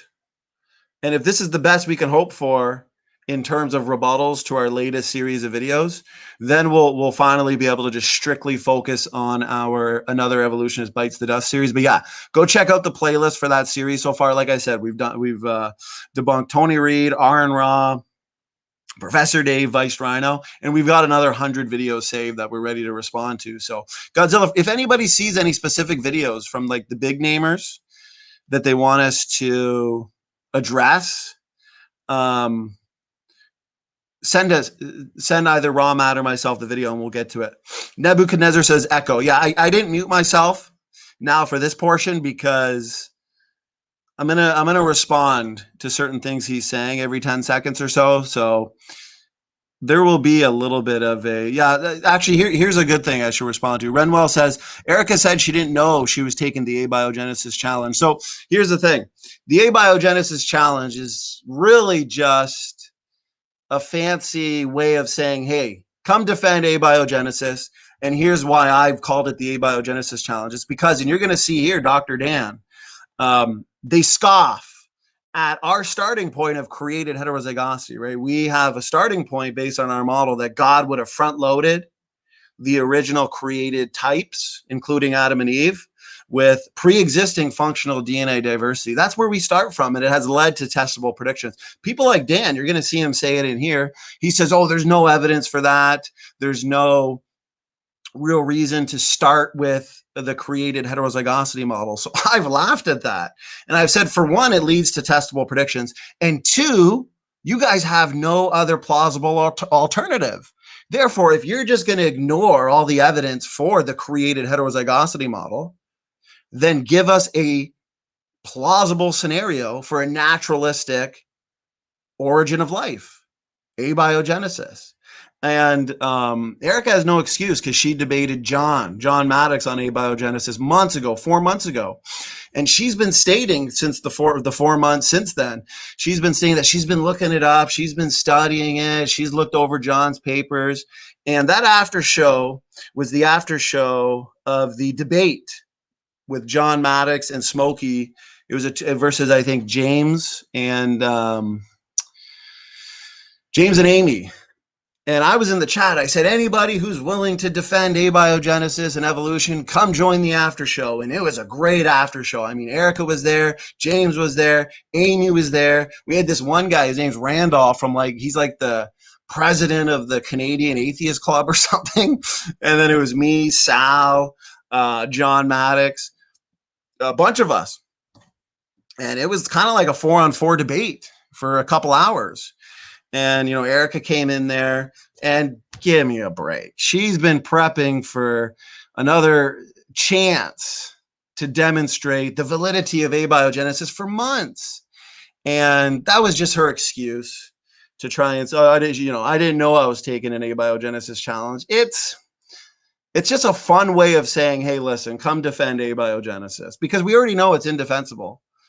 So quit trying to pretend like there's really any real empirical evidence for a naturalistic origin of life scenario. And Dan, he can come join us anytime. Give us your best evidence for abiogenesis. We'd love it. People like Walker, for example, Walker in the Neanderthal debate. We had a great debate on Neanderthals, and we discussed the data.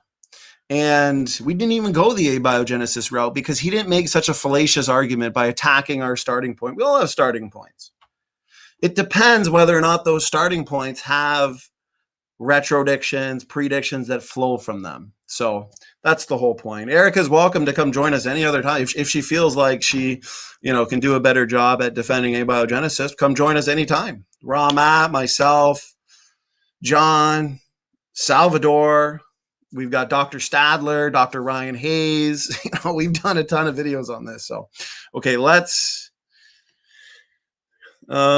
Nebuchadnezzar said echo. So, I'll let it play for a couple minutes and I'll mute myself, guys. So I'm going to be muted for a second. We'll let Dan talk a bit more, and there won't be an echo anymore. Just a second. Go here. Catherine Stormguard. We appreciate her because, from my understanding, I think she's an evolutionist, but she reminds me of Dessel Drace. We really like Dessel, where they're an objective viewer. They're honest. Seems like they're legit trying to seek the truth. So, yeah, we appreciate you here, Catherine. She asked good questions. Renwell, you too. Good. You've been asking some good questions. You seem genuinely interested. Godzilla Freak says no one can beat the abiogenesis challenge. Exactly. That's the whole point. You know, if the honest naturalist will just admit, listen, we understand there's a lot of chicken and egg problems. We don't really have any answers for it yet. We're hoping that there are some answers and solutions in the future, and then kind of move on. Let's discuss the models. You're going to see what I mean. Dan here, he's going to scoff at our starting point, and yet he's going to give no evidence for his starting point. Watch, I'll show you. So I'm going to mute myself. We're going to let him play. We're going to let it play for a few more minutes. I'll be muted though, so I won't be able to pause it every 10 seconds, but we'll address it all, guys. Just 1 second.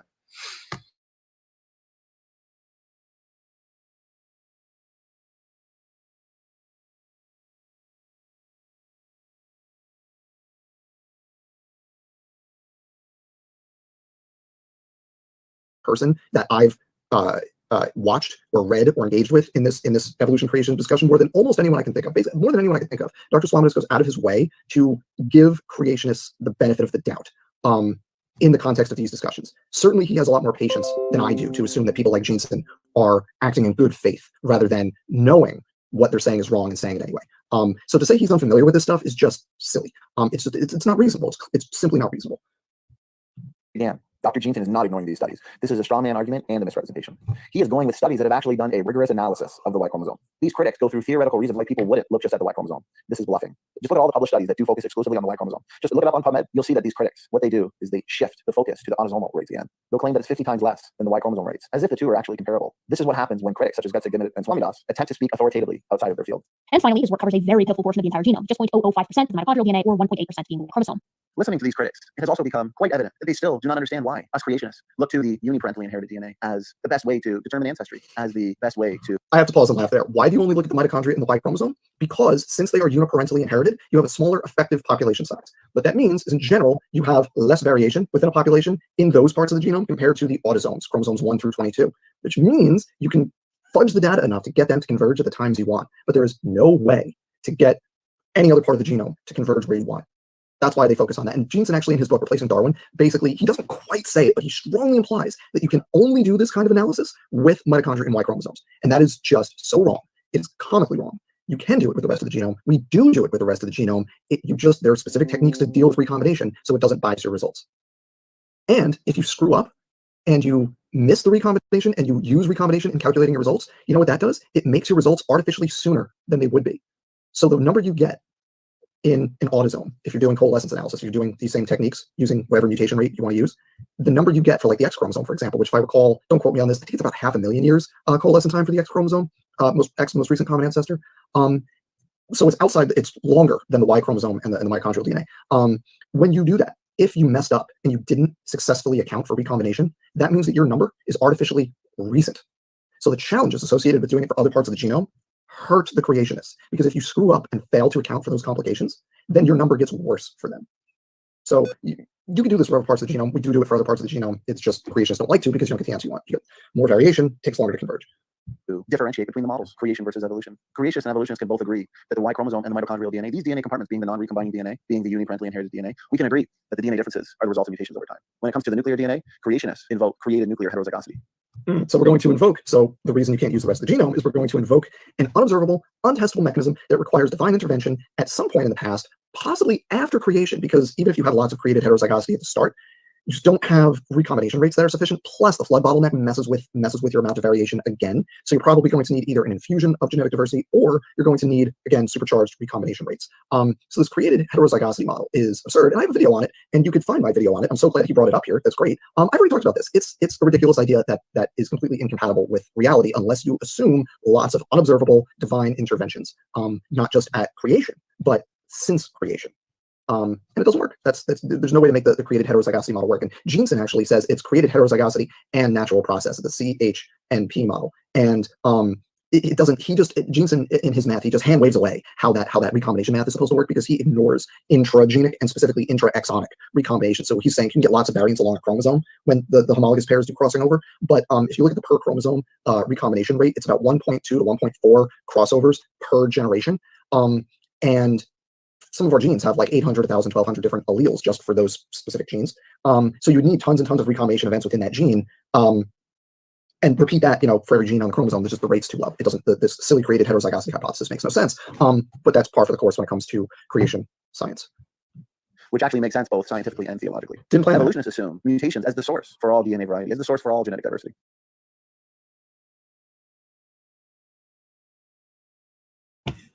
All right. So because I was muted there, sometimes it's okay. So right off the bat, the uniparentally inherited DNA, like we talk about, the reason why we're focusing so hard on the mitochondrial DNA is because it's inherited. It's uniparentally. It's inherited by female, on the female side from our mothers, and the Y chromosome is on the male side. It's non-recombining DNA for the most part. The recombining DNA, we start with created heterozygosity. And from that starting position, we have very specific predictions that flow from it, okay? We don't just make it up. We have predictions on DNA function, very specific predictions on DNA function that I've covered in great detail in debates, discussions, and other videos. Now, here's the thing, though. As I predicted, no explanation for their starting point, though. You'll see Dan there, as usual, scoff at the created heterozygosity hypothesis, but as always, fail miserably to even attempt what we call the abiogenesis challenge. We were just talking about the 2-hour video where Gutsick Gibbon attempted this. Just attempted. I mean, we call it the challenge. It's just give us a plausible reason to believe that naturalistic origins has any validity to it. So our starting point is front-loaded genetic diversity. And until he can provide a better explanation for the origins of life, okay, he needs to actually address the data, make better predictions, and quit scoffing. Because here's what's funny. Even Swami Das laughs at Dan's straw man argument against created heterozygosity. You want to know why? Because even Swami Das, who's a militant critic against us, he admits that from our starting position, God obviously would have created Adam and Eve and the first life forms with the ability to reproduce and vary. Why would God create Adam and Eve, or the original types of animals, groups of animals, genetically homogeneous? To what? Be fruitful and clone yourselves? That makes no sense. It's a straw man of our model. See, evolutionists oftentimes argue against evolutionary creation, right? Because they're starting with their assumptions in arguing against our position. That's not a good way to dialogue and debate these issues. Like I said, even Swami Das points out the fact that it would be silly to assume that God would have created with the intention to reproduce by cloning. Okay. Now, I've gone over a number of chicken and egg problems for the evolutionists to address, so I'm not going to do it again here for sake of time. But I can recommend, go watch our interviews with Dr. Ryan Hayes, PhD chemist, Dr. Rob Stadler, Dr. Sarfati, PhD chemist as well. We've had a number of interviews, a couple hours long oftentimes, going over the problems with abiogenesis. Dr. Dan has to explain, and I'm going to challenge him then. Explain to us, Dan, in a separate video, how the 4-dimensional genome, okay, the 4-dimensional genome with multiple overlapping codes and chock full of what? Chock full of meta information. We see nested information in the genome, polyfunctional, multifunctional. It's science fiction what's going on a cellular level. Go watch our lecture today with Sal. Explain, Dan, how that came about. There's no human information system that can even begin to compare to the multi-dimensional genome. Okay? DNA can be read both forwards and backwards and have meanings, have function. No book can do that. I mean, we understand so little of the DNA language, and that's why, based on our model of created heterozygosity, we are making predictions on DNA function. While evolutionists expect most of the genome to be the result of evolutionary leftovers, right? Genomic mistakes.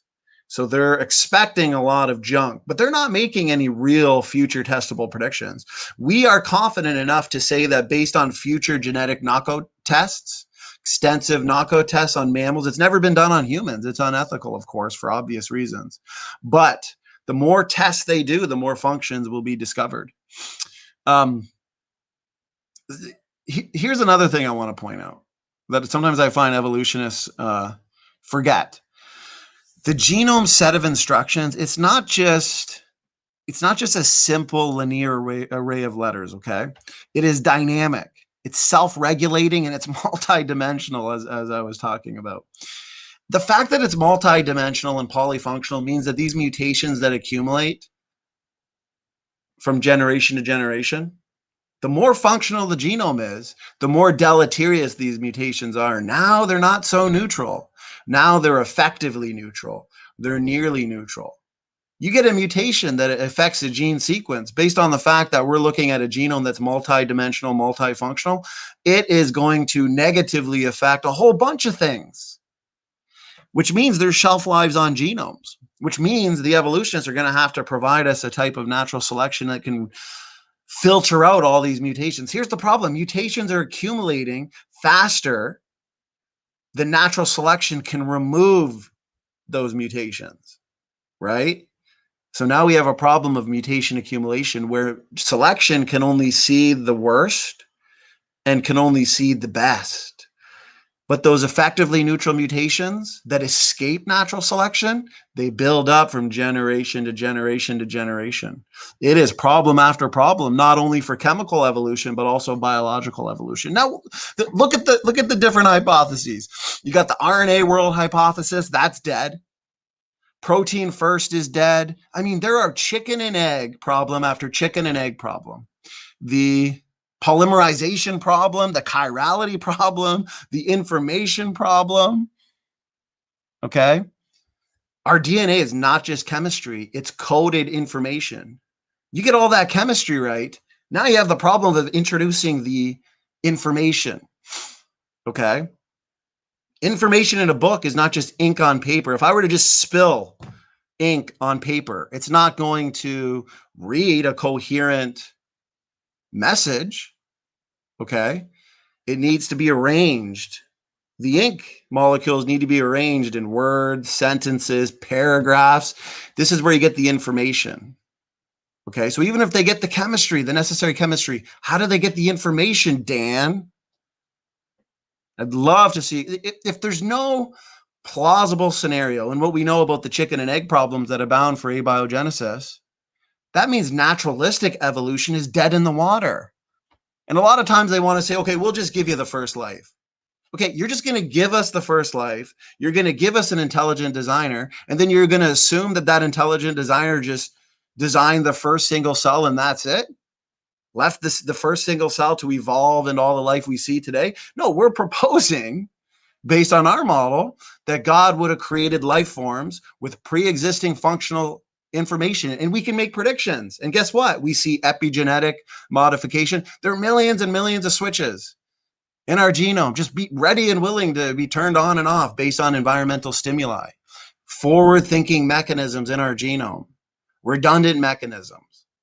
These require a forward thinker because they are forward-thinking mechanisms. How does evolutionary processes evolve a spare tire? You know, I always use that analogy for understandable purposes. Evolutionists look to a spare tire and a jack in the back of a car. They look at that like it's junk or it's not doing anything or it's redundant. You know, they always say, why would God build so much redundancy or design so much redundancy in our genome? Redundancy is good design. Any coder, any web designer would say that redundancy is good design, and yet that's what we see in the genome. You know, cars are built with spare tires for a reason. You get a flat tire, thank God you got that spare tire. You know, so what What type of evolutionary mechanisms? I asked that to Erica in our third debate. I've asked it over and over again to evolutionists, and their answer that they give, they don't even realize it, but they are now ascribing a mind to evolution. I mean, it's amazing. So this is why I say Team Dodgeball, they have essentially failed, and they've failed miserably. They haven't explained any one of these problems. You know what? I'm going to play a couple clips from this one's shorter, but if you want to see a really good interview on abiogenesis, where we touch on all of these chicken and egg problems, go watch our interview with Ryan Hayes. And these evolutionists, Dan, Gutsick Gibbon, Professor Dave attempted. He didn't know that he was taking the abiogenesis challenge because, like I said, it's more so just like we're calling it the abiogenesis challenge. It's just, listen, defend abiogenesis. Not many are willing. Professor Dave came out with a video attempting to defend abiogenesis. We had Dr. Rob Stadler on here. We destroyed the video. Check that out, guys. You'd love it. We're waiting for Professor Dave to respond, and then we will have Dr. Stadler back on, and we'll respond to that video. So I'm going to share screen. I'm going to mute myself right now, guys, so you're not going to hear me for a bit. Nice to see 20 people in here, even at 4:30. Brother George, $5 super chat. You are on a roll tonight, George. I appreciate it, brother. He says, all knees shall bow, all tongues shall confess. What are evils waiting for? Time is short. Amen. Amen. Salvation's simple. It's easy. It's as easy as walking through a door, taking a drink of water. It's a free gift. Believe on the Lord Jesus Christ and thou shalt be saved. How hard can that be? You know, the Bible says narrow is the way unto life and few there be that find it. The reason why the way is narrow, because guess what? Most people want to trust in themselves. Most people want to trust in their own works. Look at all the religions in the world. I always say there's only two religions in the world, do and done. People always say, why is there so much fighting in religion? There's all these religions. No, you can safely categorize every single religion into either the done category or the do. The do category is all your works, your religions that teach a work salvation, you know. Your Catholic Church would even fall under there. Islam, Mormonism, Jehovah's Witnesses, you know, everybody's looking to themselves. Even essentially your Buddhists and your Hindus are looking to themselves. All those religions can go into the do category. Then you got the done. What's the done category? That is the category of those biblical Christians who have decided to place all their faith and trust on Jesus Christ, who has done the work for us. He did it on the cross. It's finished, he said. You know, it's easy. A little bit of preaching there, though. But, George, that was your fault, brother. So it's easy. It's a free gift. It's a free gift. And a gift can't be taken back. It's free. It's forever. Now, the Christian walk, that takes work. Once you get saved, you're secure. It's a gift. Can't be taken back. If it could be taken back, it wouldn't be a gift. But the walk, the education, the spiritual education, the obedience, dying daily, discipleship, that takes work. So don't confuse your sonship with your discipleship. That's where you might get mixed up into trusting in yourself, and you don't want that. So, all right, let's go to this video. And Lena Powell, I love it. You always got great comments. The chat's awesome tonight. You guys are great. We got a great chat, great audience. Lena says redundancy is needed. This is the backup. What would happen if you have only one alternative to produce the enzymes that are crucial for life? Exactly. You know, they try and use that argument. Erica tried to use that argument and say, well, you know, they have Doki Doki Bible Club. Amen. Doki says, salvation is easy. See here. Yeah, definitely check out the gospel presentation. It's easy. Well, why would God make it hard? He wants people to be saved. He wishes that all would come to repentance. He's not going to make that hard. We can't work to heaven. So, amen. Jungle Jargon says, God is able to keep you from falling. Hey, the Bible says we're made a new creature. We're given the new man. We're given the spirit. We're regenerated. That's why when we fall into sin or we do things that we know we shouldn't do, as Paul says, he wants to do that which is right, but sometimes he finds himself doing that which is wrong. But because we have the new man in the spirit, Paul says, put on the new man. let us not only live in the Spirit, right? When we're saved, we're living in the Spirit, but also walk in the Spirit. Don't walk in the flesh. Don't walk in the new man. So, amen, JJ. Walk in the Spirit, walk in the new man, and you won't fall. You won't fall. So, Lena, great point here. Erica used that argument. I've seen it before. Oh, we've done genetic knockout experiments on mice, they say. And these mice, they were fine. Yeah, because redundancy is good. You knock out one gene, thank God you got a backup gene. But guess what? Knock out gene 1 and 2, and that's going to be detrimental to life. There's a lot of experiments showing that you knock out just the right amount of genes, just the right gene, and it's detrimental to these mice. But redundancy is a good thing. Thank God for redundancy. Required foreknowledge from our forward thinker, our amazing creator. So let me share a screen. Dr. Sarfati, I'm going to play it at 1.7 times speed. Let's see if Dan can address some of these other problems that Sarfati, PhD chemist, goes over. You guys are going to like this. I'm going to mute myself for this one so there's no echo and you guys can enjoy.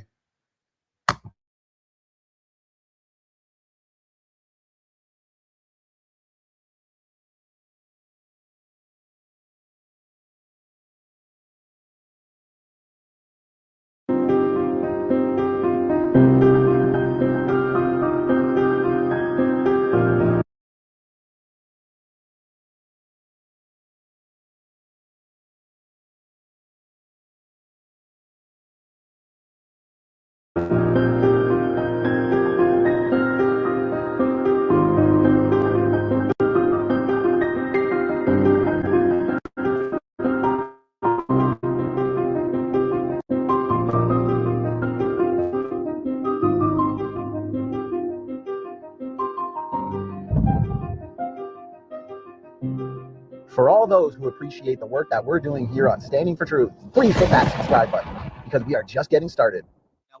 Moving on from here, I just recently, we were talking about this before we went live. I just recently read through your chapter in Evolution's Achilles Heels on origin of life and abiogenesis. Now, this chapter, personally, it absolutely blew my mind as to how thoroughly you refuted abiogenesis in a naturalistic origin of life scenario, or I should say scenarios. Can you touch on some of the major problems, for example, the massive chicken and egg problems that abound when it comes to abiogenesis? And of course, Dr. Sarfati, and anything else that comes to your mind on this topic? Okay, well, see, I'm a chemist. I know something about chemical synthesis. I think most of the biologists don't really know that much about it, to be honest. I think Dawkins is pretty clueless about chemistry. And the thing is, it's not a case of going an argument from ignorance. It's actually an argument from what I do know about chemistry and information theory and the complexity of living creatures. I mean, as you may have seen in the Achilles heel video, for instance, if anyone wanted to make a protein from amino acids, the last thing you'd want in the reaction mixture is water, because water will drive the reaction the other way, because you have amino acids combine to form proteins and they eject a molecule of water. So it's called condensation polymerization. That's a fancy term. So the last thing you want is to have water there because it drives the reverse reaction. So no synthetic chemist is going to have water if he's trying to make a protein. And yet they want to tell me that life began in some sort of primordial ocean. An ocean don't have water, I thought. So that's a big problem. And then you've got things like the amazing information storage system. So even the simplest living cell, it's called the mycoplasma, has about 500 letters of DNA information. But these letters, they code for proteins, but you can't actually decode the information in DNA unless you have a lot of decoding machinery. The problem is that DNA codes for its own decoding machinery. It has the instructions to build its own decoding machinery. So which came first, the machinery? Well, how do you get that without the instructions? Or the instructions come first, but you can't read those instructions unless you have machinery. So you have to have everything working together right from the start. Otherwise, life could not exist in the first place. It couldn't even get started. And if you can't get started, then Darwinian evolution is dead in the water. It's like runners lining up for a race, they all die on the starting block. That's what we got here. There's no life to start even talking about natural selection mutation because the life is not even there in the first place. And another thing is they realize that the accuracy of a translation of the decoding machines must be incredibly accurate. I mean, Manfred Eigen, who was a Nobel Chemistry Prize winner, he worked out that you have a genome of so many of n number of letters, the decoding must be at least 1 over n in accuracy. So if you have 100,000 letters, the decoding machine must only allow one mistake in every 100,000. Otherwise, you get error catastrophe and it grinds to a halt. So right from the start, the decoding machines must be incredibly accurate. So this goes back to Genesis 1. God said he created everything very good. And now we have modern science showing that things had to start very good. They had to start basically perfect. And what we're seeing is degeneration. See, it could not build up from imperfection to perfection because without an almost perfect decoding system, the thing would come crashing to a halt really quickly. I mean, imperfect decoding machine. Okay, you've got instructions being read to make the next decoding machine, but you've got mistakes because it's not a very good reading machine. So you've got to introduce mistakes into the next generation of machines, which will do a worse job of decoding. which will introduce more mistakes in the next generation, and therefore do an even worse job of decoding. So you're going to get the whole thing crashing to a halt really quickly, unless it starts off basically perfect. Nice. Well, the naturalistic evolutionists attempt to defend the abiogenesis by purporting that RNA world is a plausible scenario for natural. Is it actually plausible? And if not, could you go over some of the major problems? Well, RNA world does seem to be the go-to thing, but it's interesting. There's a Dr. Harold Barnhart, who's German, working in New Zealand. He wrote a paper called "Why RNA World Hypothesis is the Worst Theory of Origin of Life, Except for All the Others." So he admits there's huge problems with the RNA world, but everything else is even worse. Yeah. Well, see, one thing is, what they tell you is that RNA can sometimes act as an enzyme. So what they're trying to do is combine the coding and the machinery into one molecule. But what they don't tell you is that it can either do one or the other. See, if it's trying to code for instruction, it has to be loose, so it can be the strand will be pulled apart and you can reproduce those instructions. But to be an enzyme, it has to be already combined up with each other. See, so it can't do both. It's either combined or it's not. So the RNA has to make up its mind. Is it going to be an enzyme or is it going to be a coding molecule? It can't be both. I see. And then RNA is an incredibly unstable molecule, because I think you might remember 2015 Nobel Prize for Chemistry awarded to Thomas Lindahl and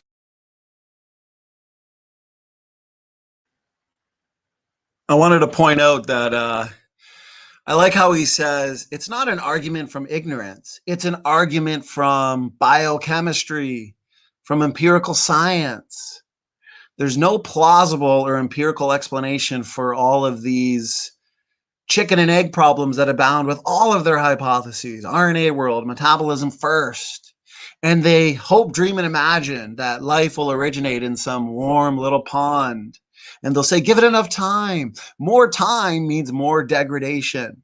Because real chemistry, as Dr. Sarfati was saying, drives the reactions the opposite direction that abiogenesis would require. So I wanted to point that out. I really like that. So remember that. It's not an argument from ignorance. Okay? It's not God of the gaps. It's an argument from science and biochemistry.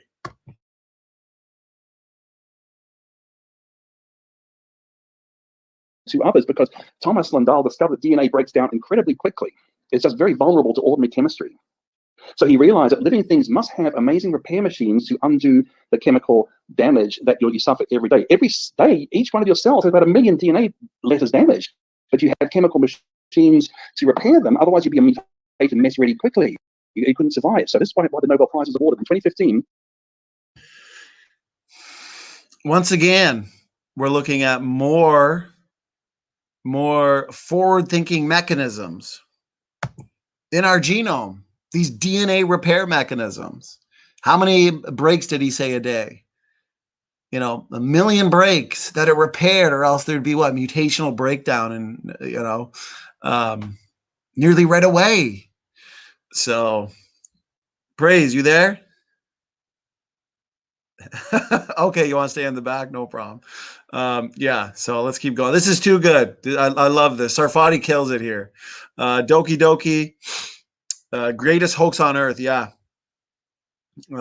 Check out his book. Check out the whole interview with Sarfati. Doki Doki says Dr. Sarfati beats people blindfolded in chess. That's true.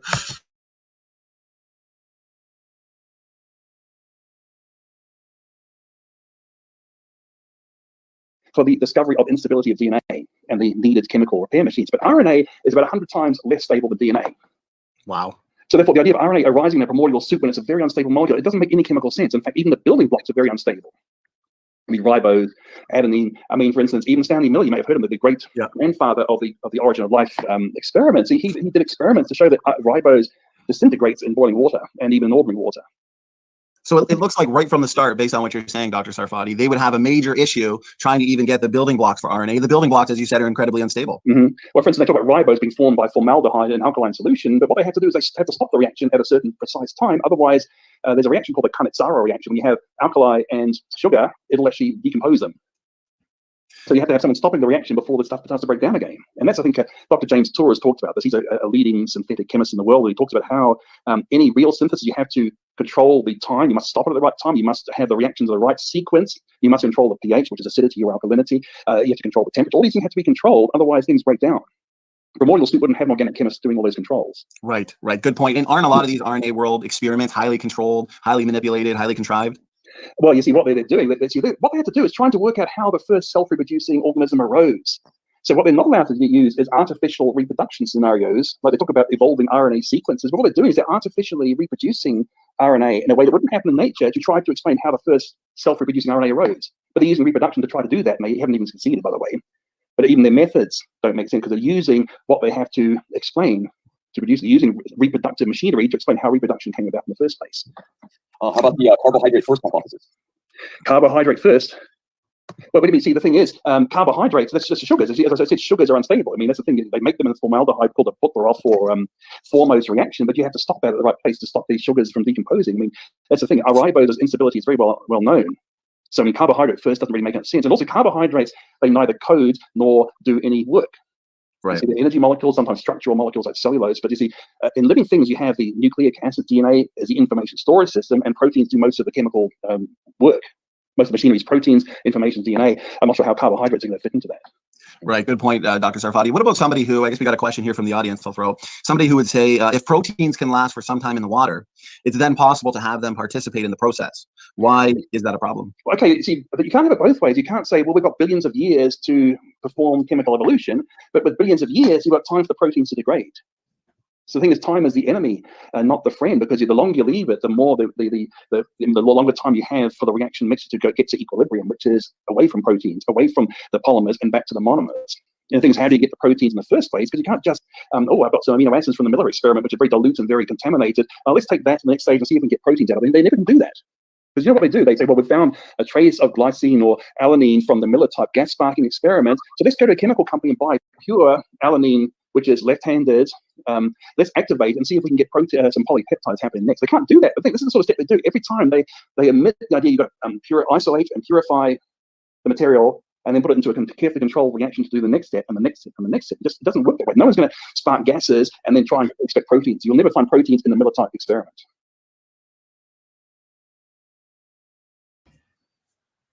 I mean, just look at all of these problems. I mean, like he said, it's not God of the gaps. It's not arguments from ignorance. It's just science. It's just facts. It's biochemistry. Wouldn't you just love to see Dan attempt to get through this one with Dr. Sarfati and just try and address these? That's essentially what the abiogenesis challenge is. Answer these chicken and egg problems.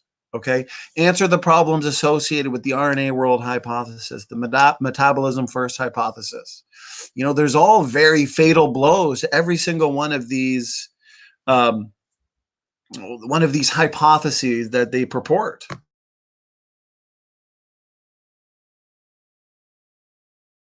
Well, no, that's okay. Great answer, Dr. Sarfati. I love the way you put it. That real chemistry goes in the opposite direction than would be required by the origin or any origin of life scenario that says life came from non-living chemicals. Because doesn't water, it tends to drive the reaction in the opposite, or I should say the wrong direction. If you like, yes. And the other thing is things like left-handed versus right-handed, we covered, like all the proteins in living things are left-handed. My left hand and my right hand, they're mirror images, but you can't map them. I can't fit this right hand to a left-handed glove. It won't work. And see, the proteins and enzymes are all one-handed. Otherwise, the enzyme could not form if you had this mixture of handedness. So the problem is a Miller experiment produced an equal number of right and left, and there's a hard problem in chemistry to try to get one from the other. So in the Miller-Urey experiment, then, Dr. Sarfati, I still see people use it to this day. Did they find any large biomolecules? Did they find any nucleotides? Anything of significance? Well, most of what they found was formic acid. Okay, they want to tell you, well, we've got a new way of making formic acid, so we can make new antisteam material. That's what it is. So you got a few traces of amino acids, and tweaking it, you can get quite a few different amino acids. But the thing is, in the environment they formed in, they couldn't do anything more with them. You couldn't just take that broth that forms and do anything and try and get protein out of that broth. You could never do it because there are too many other things formed that would stop the reaction going any further. Formic acid would contaminate. If you tried to polymerize, say, alanine or glycine from the Miller, the formic acid would get into the chain and stop the chain growing. So you've got these very well-known problems with all the other stuff that's produced in the Miller experiment acting as poison for any further development. They never actually addressed that. Well, it's a great answer and great points you've made, Dr. Sarfati. Somebody in the chat likes what you said. Time is the enemy of evolution. Well said, Dr. Sarfati. So we constantly hear them saying, well, give us more time. You're not thinking sophisticated, like they'll say, give it 1,000,000 years and eventually we'll get the origin of life. But it's true what you said, right? That more time is no help to them. Well, yeah, because time means you're going to get to equilibrium. And then you got to look at what the equilibrium is, and it's all the monomers and not the polymers. Equilibrium is the racemic mixture of equal left and right-handed things.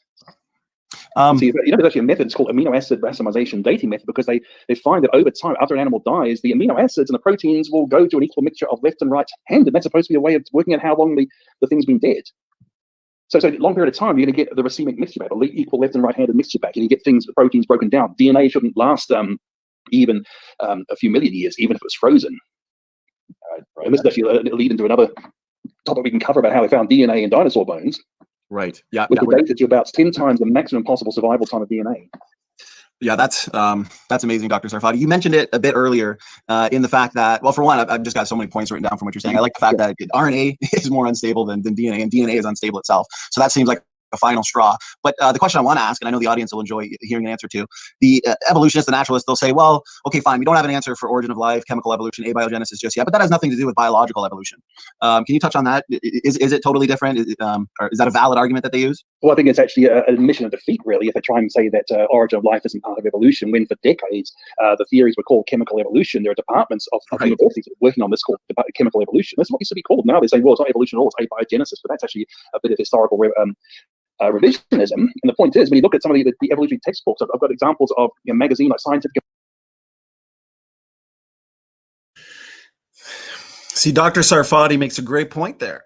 Without any real plausible scientific empirical explanation for the origin of life, then naturalistic evolution is dead in the water. So people like Dan, they never want to address these problems that we constantly challenge them with.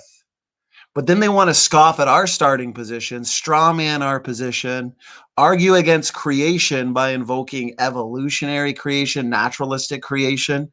You know, that's not our starting point. That's a straw man argument.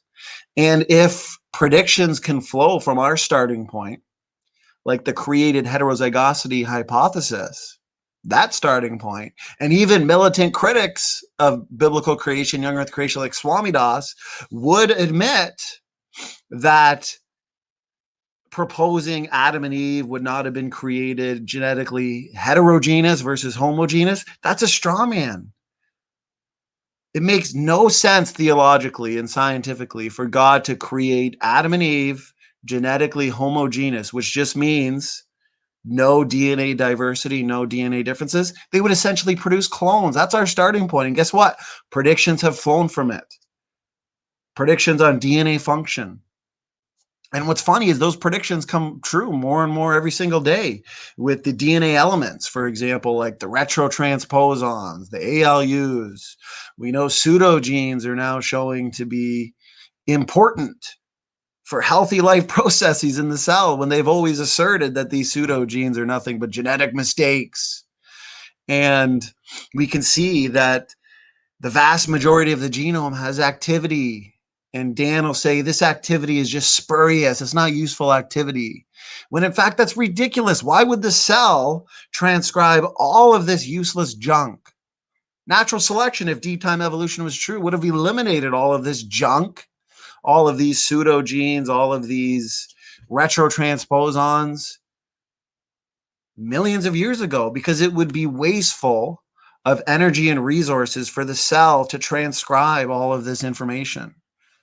Which means this activity suggests it's preliminary evidence for genome-wide functionality. Now we know genetic entropy, genetic degeneration is a thing. So we are expecting some junk, broken genes, of course. So according to our model, we can safely predict 70 to 80% function, right? The gold standard of genetic function tests are what? Genetic knockout experiments. They have not been performed extensively on mammals. So we've got testable predictions in print that are very specific and precise. We challenge the evolutionists to make the same predictions, but they can't because they need to hope, dream, and imagine that the vast majority of the genome is junk. In order for those mutations that accumulate from generation to generation to hit in those junk areas, and then they can be absorbed and become completely neutral, not harmful at all. This is important. And the more functional the genome is, that means there's an even greater waiting time problem when it comes to ape to man evolution. So that's why people like Dan have to say, yeah, there's a lot of activity, but it's spurious. It's not useful. but we've addressed those arguments in detail. Point is, our starting position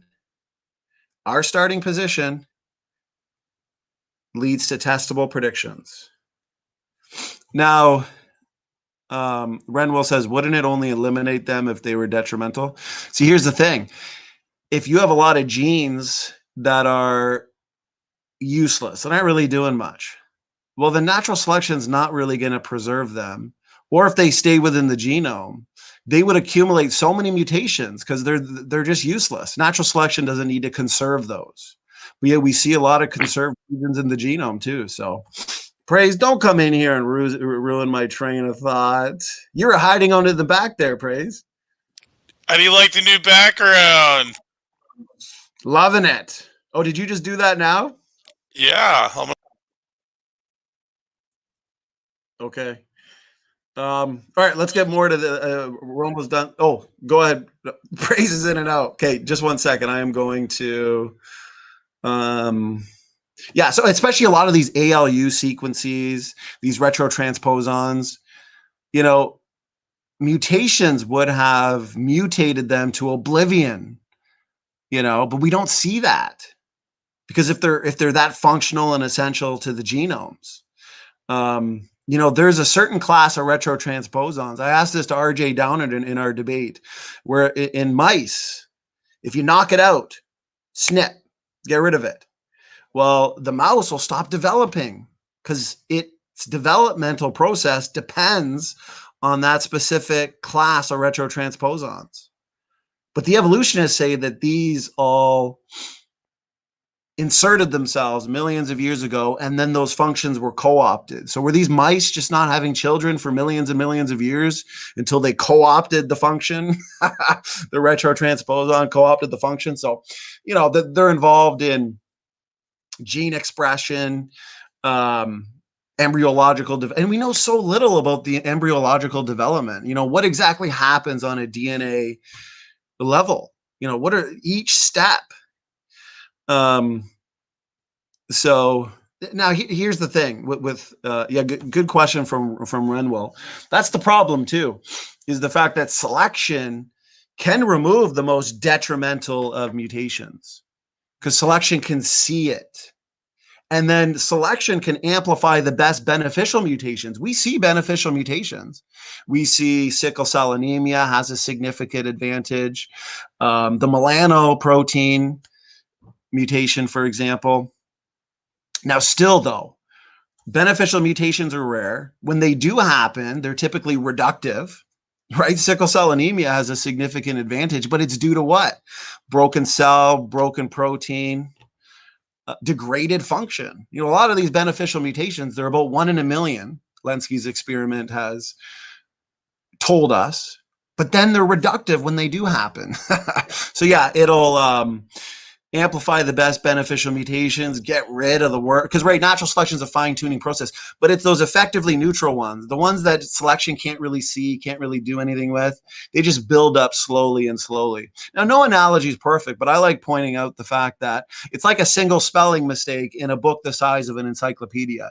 You're not going to see every single small spelling mistake. You know, so those will build up over time until that encyclopedia, the message is degraded, for example. So let's go to the rest of this video.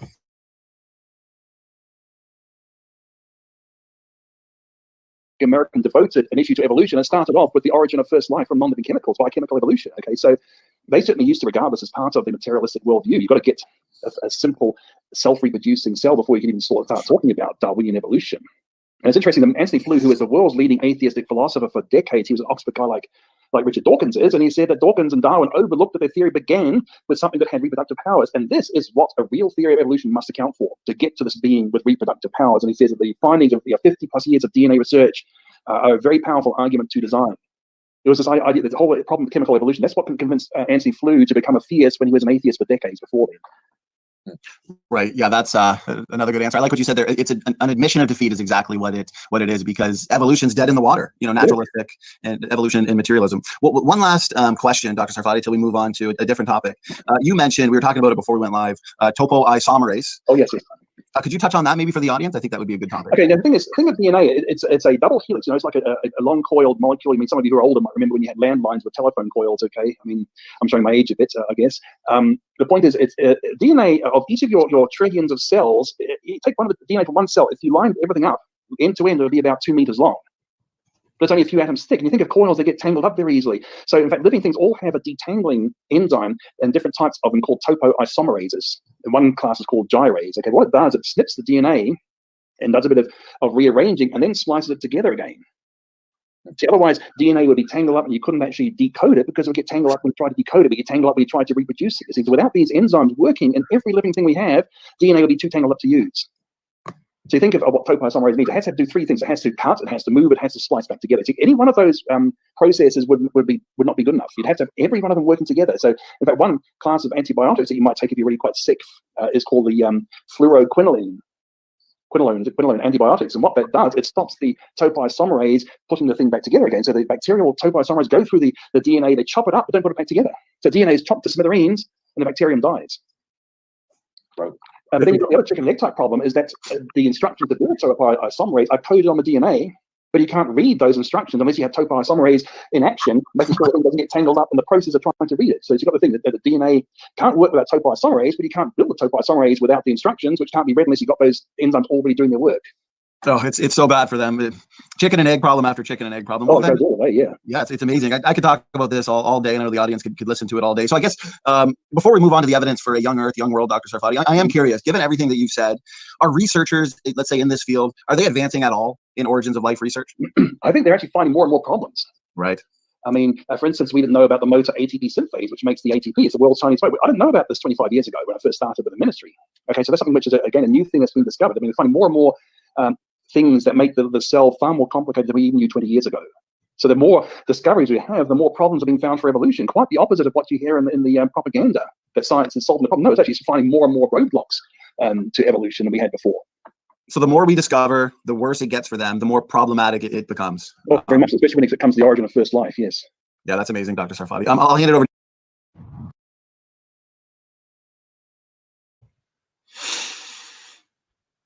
Super redeemed energy. God bless, brother. Glad you stuck with us. I know we've been going for almost 2.5 hours, so we'll end it soon. Wanted to leave no stone unturned. So that was a great video. I love Dr. Sarfati, really killed it. And that full interview is a couple hours long. But we took out the abiogenesis section for people to see. So it's just funny, like the more we find out, as he said, the more problems they discover, the more chicken and egg problems. So that's what's funny, you know, how they say, you know, we're just, wait till we advance more in science, you know, we'll figure out the problem. No, there's more roadblocks, as he said.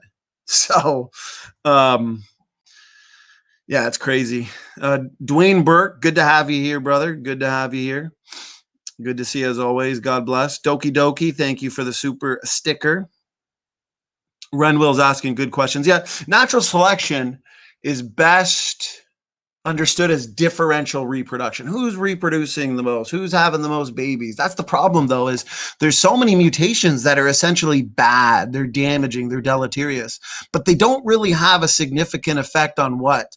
Reproductive fitness. So then those people will still have kids. You know, we accumulate 100 new mutations per person per generation. You know, I am essentially more mutant than my parents. I am more mutant than my grandparents, great-grandparents. But I have 2 kids. I could have more kids. You know, I didn't have a mutation that was detrimental enough to the point where I couldn't have kids and I couldn't pass on my genes. Right? It's all about reproduction. Who's passing on their genes the most? If you're not having any kids, you're not passing on your genes. You know, there's a good chance your line, your lineage could be evolutionary dead. So that's the thing. I like, think of it this way. You've got a room full of 100 people, okay? All of them are more or less mutant. More mutant than the generation before it, because we're accumulating more and more mutations every generation. Just get rid of 50% of the worst mutants in that room. Just get rid of them. Okay. Well, you're still left with 50% of the people that are more mutant than the generation before it. So we are going to be consistently more and more mutant. Selection is a fine-tuning process. It can keep the species as strong as it can be, but there's been papers published in mainstream journals, numerical simulations using Mendel's accountant with a variety of simulations. The only rebuttals you'll find are in blogs from like Dr. Dan or YouTube videos, but no real peer-reviewed rebuttals or papers or anything like that invalidating it. And there's been a number of parameters set, and it always comes out, even with like super beneficial mutations. It doesn't matter, because even with a super beneficial mutation, okay, you're only getting an increase in fitness in a very narrow sense, while the rest of the genome is degenerating in so many ways, because these mutations are still pouring in regardless. So these numerical simulations, regardless of how generous you are with evolutionary mechanisms and natural selection, consistently, these numerical simulations show that humans will degenerate to eventually the point of extinction. Now, as biblical creationists and Christians, we believe our Lord and Savior Jesus Christ will come before then, but we can see evidence for the fall in our genetics, genome degeneration. Take this point of most mutation accumulation back to a point of least mutation accumulation, of least genetic entropy. That would be a point of creation, a point before the fall, a point of perfection, a point of Adam and Eve, according to our model. So Dan did not mention gene conversion. You got recombination, gene conversion, okay, can both act to shuffle up these design variants. There's not a problem. You add in gene conversion to the problems that Dr. Dan's talking about, and there's plenty of time to sort out these design variants. Plus, obviously, God would have placed these design variants in functional linkage groups. This is basic. It's a straw man understanding of our model to say anything differently. Here we go. PRDM9 and recombination. Whenever like people like Dan use this, whenever they use this recombination, okay, Swamidas says this, okay, assume created heterozygosity, but how do we get the necessary rates of recombination? Well, I like to just quote them directly from the secular papers, their own literature. The title of the paper is The Landscape of Recombination in African Americans. Let's just read right from their own literature.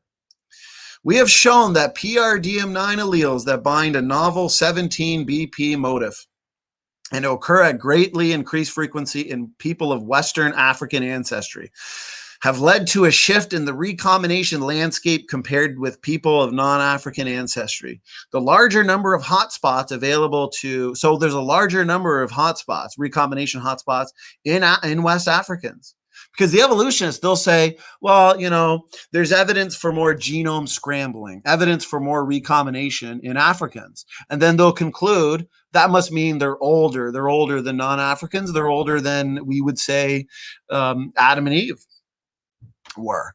But now they're finding that you've got this PRDM9 that assists in recombination, and there's more of those gene sites in Africans. There's a larger number of hotspots. That means Africans have more evidence for genome shuffling and recombination. They've got more diversity because they've experienced more rounds of recombination, not because they are older. The more PRDM9 sites you have, the more recombinational hotspots you have, the better your population will be able to retain genetic diversity. Doesn't mean they're older. So at creation, okay, when we consider genome degradation, when we consider the created heterozygosity hypothesis, logically, at creation, Adam and Eve would have had more of these PRDM9 gene sites, would have had more recombinational hotspots, more effective gene conversion recombination. Effective recombination, they're finding, depends on the more heterozygosity you have. So the point of most heterozygosity would have been what? Creation. Recombination would have been more effective. Gene conversion would have been more effective. This is all easily explainable, but then they want to scoff at it. But then yet they don't want to answer any of their own chicken and egg problems. So if I see Dan use the same talking points and doesn't address the chicken and egg problems associated with his model, his naturalistic starting point, it's proof that he's not even worth dealing with anymore because they're not answering any of the questions. So right here, the larger number of hotspots available to West Africans implies that at the population level, crossovers are more evenly distributed than in Europeans. And thus, the shorter extent of West African linkage disequilibrium is not due to differences in demographic history alone. And I've got a ton of stuff on that right here. PRDM9 influences the possibility of genetic exchange by determining the locations of meiotic recombination hotspots in most mammals. Tons of stuff. PRDM9 controls activation of mammalian recombination hotspots. No problem with allele frequencies. It's so funny because a lot of Dan's arguments have been answered directly in papers that I've cited. Ricarder, Sanford, they address these problems. I recommend Adam and Eve, Design Diversity and Allele Frequencies. The allele frequencies we see today, it's been, the numbers have been done. They're perfectly in line. They're even better, much better aligned with the biblical creation model. Here's the predictions that have been ignored. Testing the predictions of the young Earth Y chromosome molecular clock. Dr. Jensen published 2019, December 4th. Population growth curves confirm the recent origin of human Y chromosome differences. So, I mean, paper after paper. You know Eve's sequence right here, the Eve mitochondrial consensus sequence. We know it. Very little variation. You can trace it back to one female ancestor just thousands of years ago. Look at this pattern. This is mitochondrial DNA. Human mitochondrial DNA. Explosive growth from a center point. There's not a lot of mutations here. Evolutionists want to say this is hundreds of thousands of years. Where do you get that? We can account. We can account for this. We can invoke large numbers of purifying selection. We can, all the factors he talks about, we could consider them all, and they're never going to get the data. They're never going to get the data to fit their deep time evolutionary story. Actually, maybe we'll end it with, I should see how the chat's doing, actually. I can't see the chat when I'm screen shared, so. Doki Doki Bible Club, $5 super sticker. Thank you so much. I appreciate it. Godzilla Freak says, we don't stand a chance against the post hoc fossil layer predictions. Yeah. Fossil records, low quality, low confidence science, guys. I mean, it's indirect evidence. The fossil record's highly fragmentary. Okay, they're constantly finding these mixed bone beds. They're constantly, we had Dr. Rob Stadler on last week, and he was going over how they found, I believe it was Tyrannosaurus, and it was different fossils of Tyrannosaurus in the same species, but in different stages of its life. Okay. And, you know, adolescent, adult, and because of the variation in the same species, they accidentally categorize them as different species when it's the same species. So, I mean, and we could go over, I mean, numerous reasons why the fossil. Here's the thing, and I point this out all the time. There's a lot of times there's more variation within the same species than between species. Okay, and the biological definition of species is, can they interbreed? Bones found in the dirt. We have no genetics. Genetics is the best and most direct way to answer this question of ancestry. Without the genetics, you know, without the ability to know if this bone and this bone, if they interbred, then it's tough to tell what's the difference between convergent evolution, where you've got kind of the same traits evolving independently, where in the fossil record, you can accidentally declare recent relationship, when in fact, that's not the case. So, I mean, there's a number of things. We've had video. I have a whole series that I did, 2 or 3 videos, 2 videos, part 1 and 2. I titled it Low Confidence Science, and then a 3rd video addressing objections to it. So, Lena says, Aaron Run. Yeah. I feel like Aaron Ra would be another Todd. We don't want to fall for that trap. Maybe we should play. Maybe we'll end it with a couple funny videos. Oh, here we go. George says, hey, praise, video on oil exploration on Tuesday. Okay, so now that we've really hammered the genetics portions of Erica's latest videos, now we're going to get to what I would say are kind of the easier portions, because they said, like I said, the Swami Das interview is supposed to be the most difficult section to refute. So we started with all of those parts. Now we're going to get into her sections on like geology, age of the earth. So we got Steph coming back on, and George Tuesday.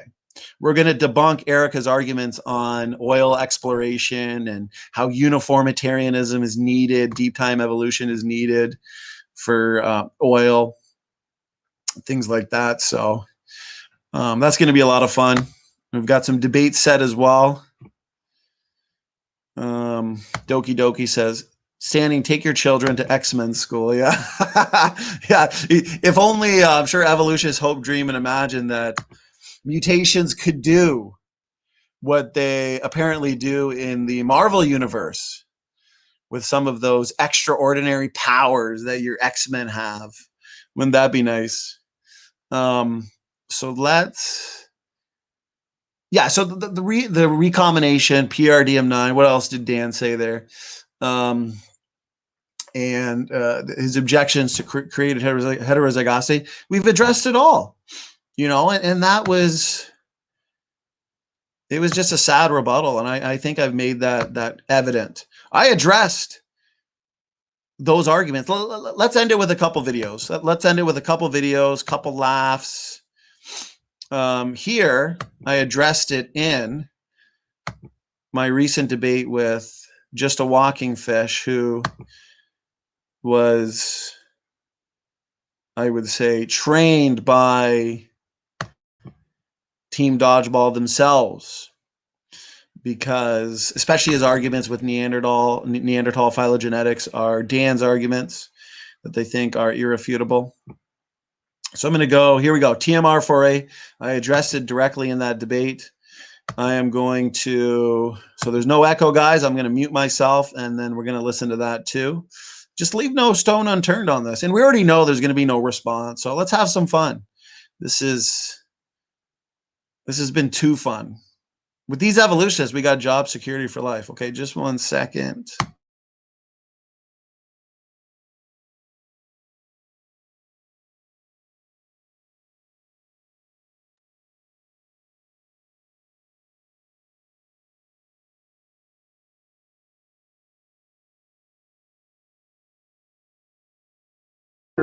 Please hit that subscribe button, because we are just getting started.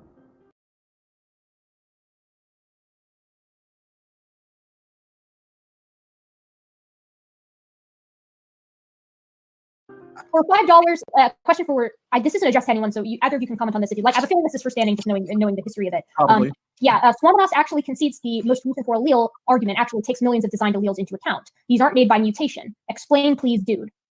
Okay, so I'm guessing that's for me. That's what yeah, no problem. So this one's a pretty technical one. Let me explain it to the audience. So I like to reiterate the argument as best I can. So this TMR4A, all it stands for is time to most recent for what? For alleles, okay? So this analysis, what it does is it traces the origin of our autosomal DNA differences back in time.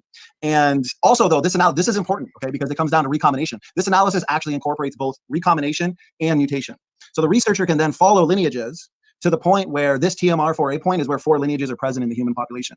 But this is why I pointed out that this model only pretends to assume the created heterozygosity model, because our model treats millions of DNA variants as the result of de novo creation. That means, given the position definition of allele, you're looking at millions and millions of alleles in the created heterozygosity model. So if I were to just accept the terms used in this TMR4A analysis, let me just accept it, okay? Here's the thing. We would be looking at millions of lineages, as I pointed out, in Adam, and millions in Eve. That's why the next question comes down to, okay, how are you going to break up all of these alleles? That's the next question to be answered, and that's where I would point to gene conversion. Okay, remember, more heterozygosity means more effective gene conversion and recombination. And we know the PRDM9 gene, okay, helps with recombination, for example, as I showed those papers. So I hope that was sufficient enough, but good question. Can I just say something super fast? Yeah, go ahead. I still don't understand why the created heterozygosity, you have to put the allele definition like at the base, because the easiest way to get from one nucleotide to another nucleotide is just a mutation.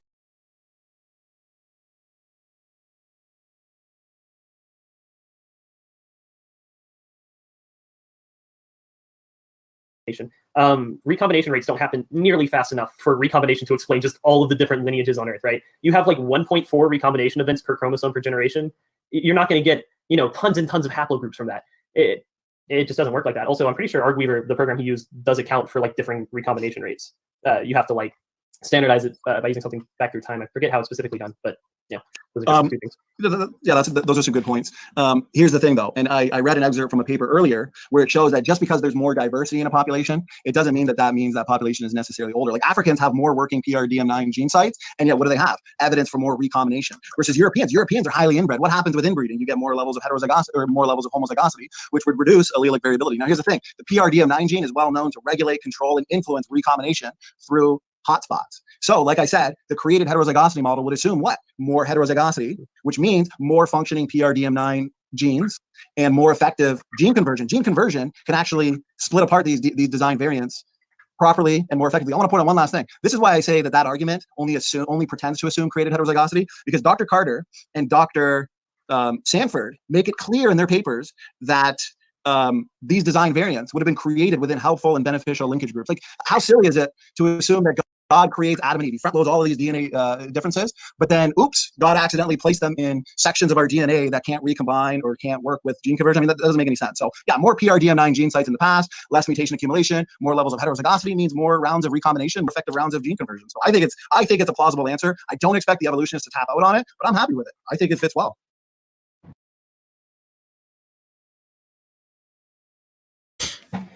Well, there you go. A short 5-minute. What's nice too is I like debunking their best arguments right in the debates with them. Right now they're there. Now they can dodge, duck, dip, dive, and dodge all over the place, like Dan does in his responses. So those were his objections to created heterozygosity, and as you can tell, there's no problem at all. Okay, what we find is amazingly consistent with our model, and it can lead to predictions. So Doki Doki Bible, you guys are too fun. I mean, we've been going almost 3 hours, still 20 of you in here, but for me it's going on 5:30. I should have had another coffee. So thanks for the super sticker, Doki Doki. This has been a lot of fun, guys. Erica, monkey see, monkey do. Lena, you give Lena, Doki Doki, you guys all give the best comments. Praise with a big smile. Praise is always happy. He's a happy guy. He's a coffee drinker like me.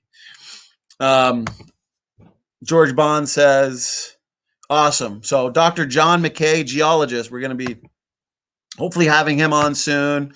Dr. Jason Lyle. Lots of good interviews, discussions, and debates for you guys soon. I've confirmed a couple. But yeah, no, I think we've addressed everything. That was a fun one to rebut. So what I want to do is I'm going to have a SFT Classics night. So we got about 1,000 videos actually now. 1,000 videos. I can't believe it. Matt deserves a raise, all the editing he does. He's edited 95% of those videos. So if Matt's still in the chat, thanks, brother. You've been a blessing. So we're going to have SFT Classic nights. And Nebuchadnezzar says, not a fan of coffee. Yeah, that's a good thing. It's not good for you. It's a diuretic. It dehydrates you. So it's my one bad habit, I think. Yeah, Dr. Lyle. He said sometime after Thanksgiving. So lots of good stuff to look forward to. Hopefully get Dr. Sarfati back on again. I'll be doing a couple more debates too. Dr. Garrett. He's been patient. He wants that rematch. He wants that round 2 to try and answer some of the questions that he didn't quite have an answer to the first debate. So I think I've been so busy, but I think I'll finally schedule that one in for you. Who wants me to debate Dr. Garrett again? Say aye, and I'll do it. Godzilla says, Doki and Bond fun team at Steph T. It's true.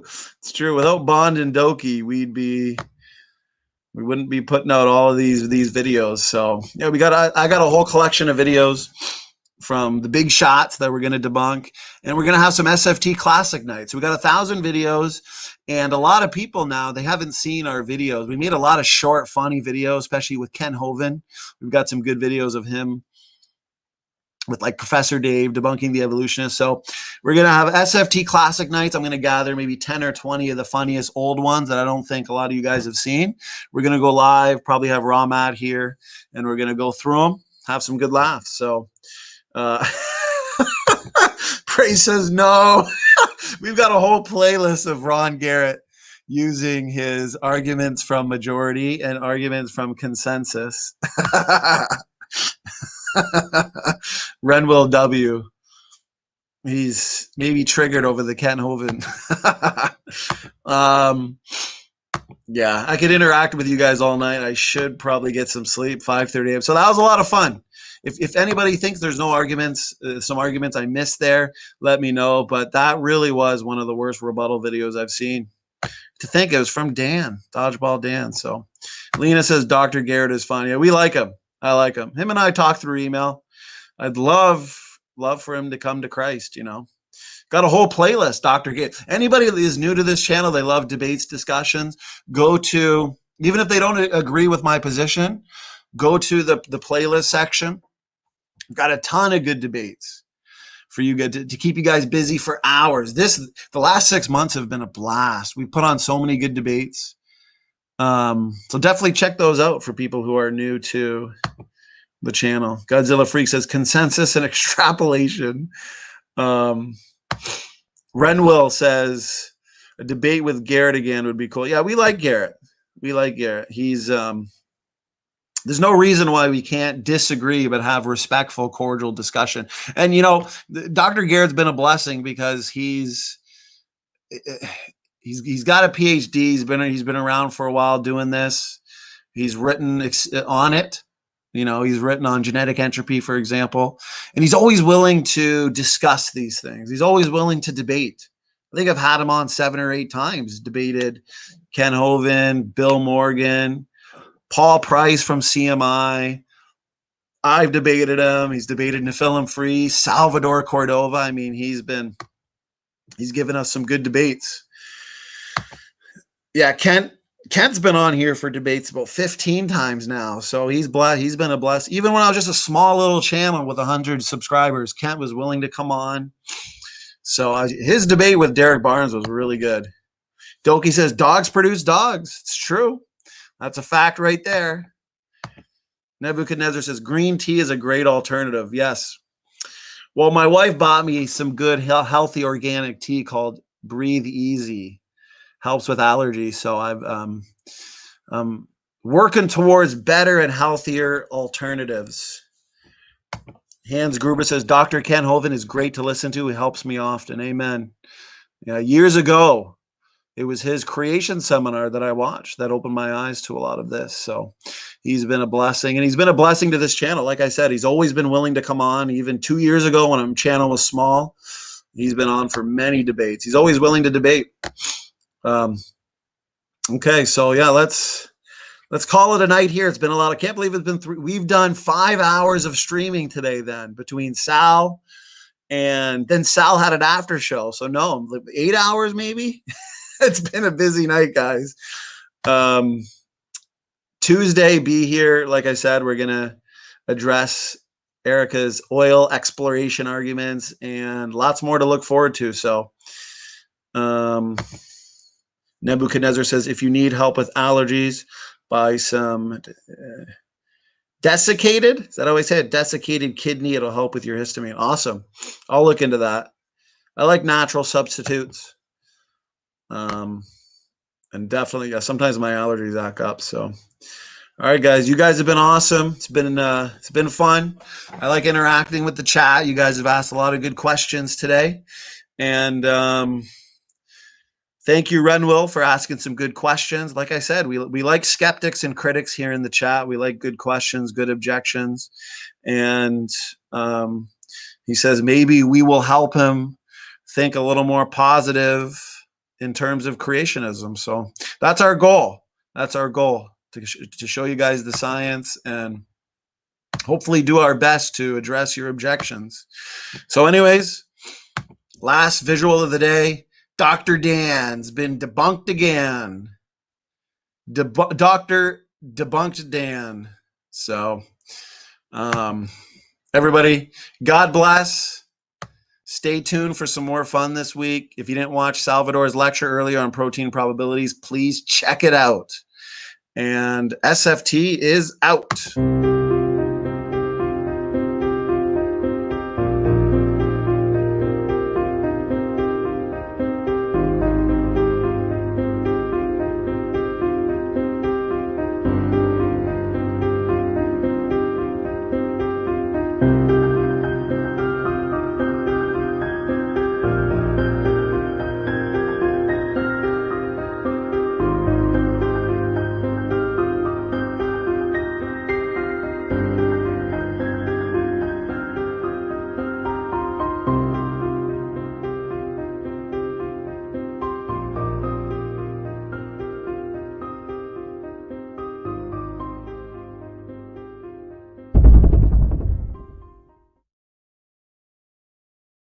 For all those who appreciate the work that we're doing here on Standing for Truth, please hit that subscribe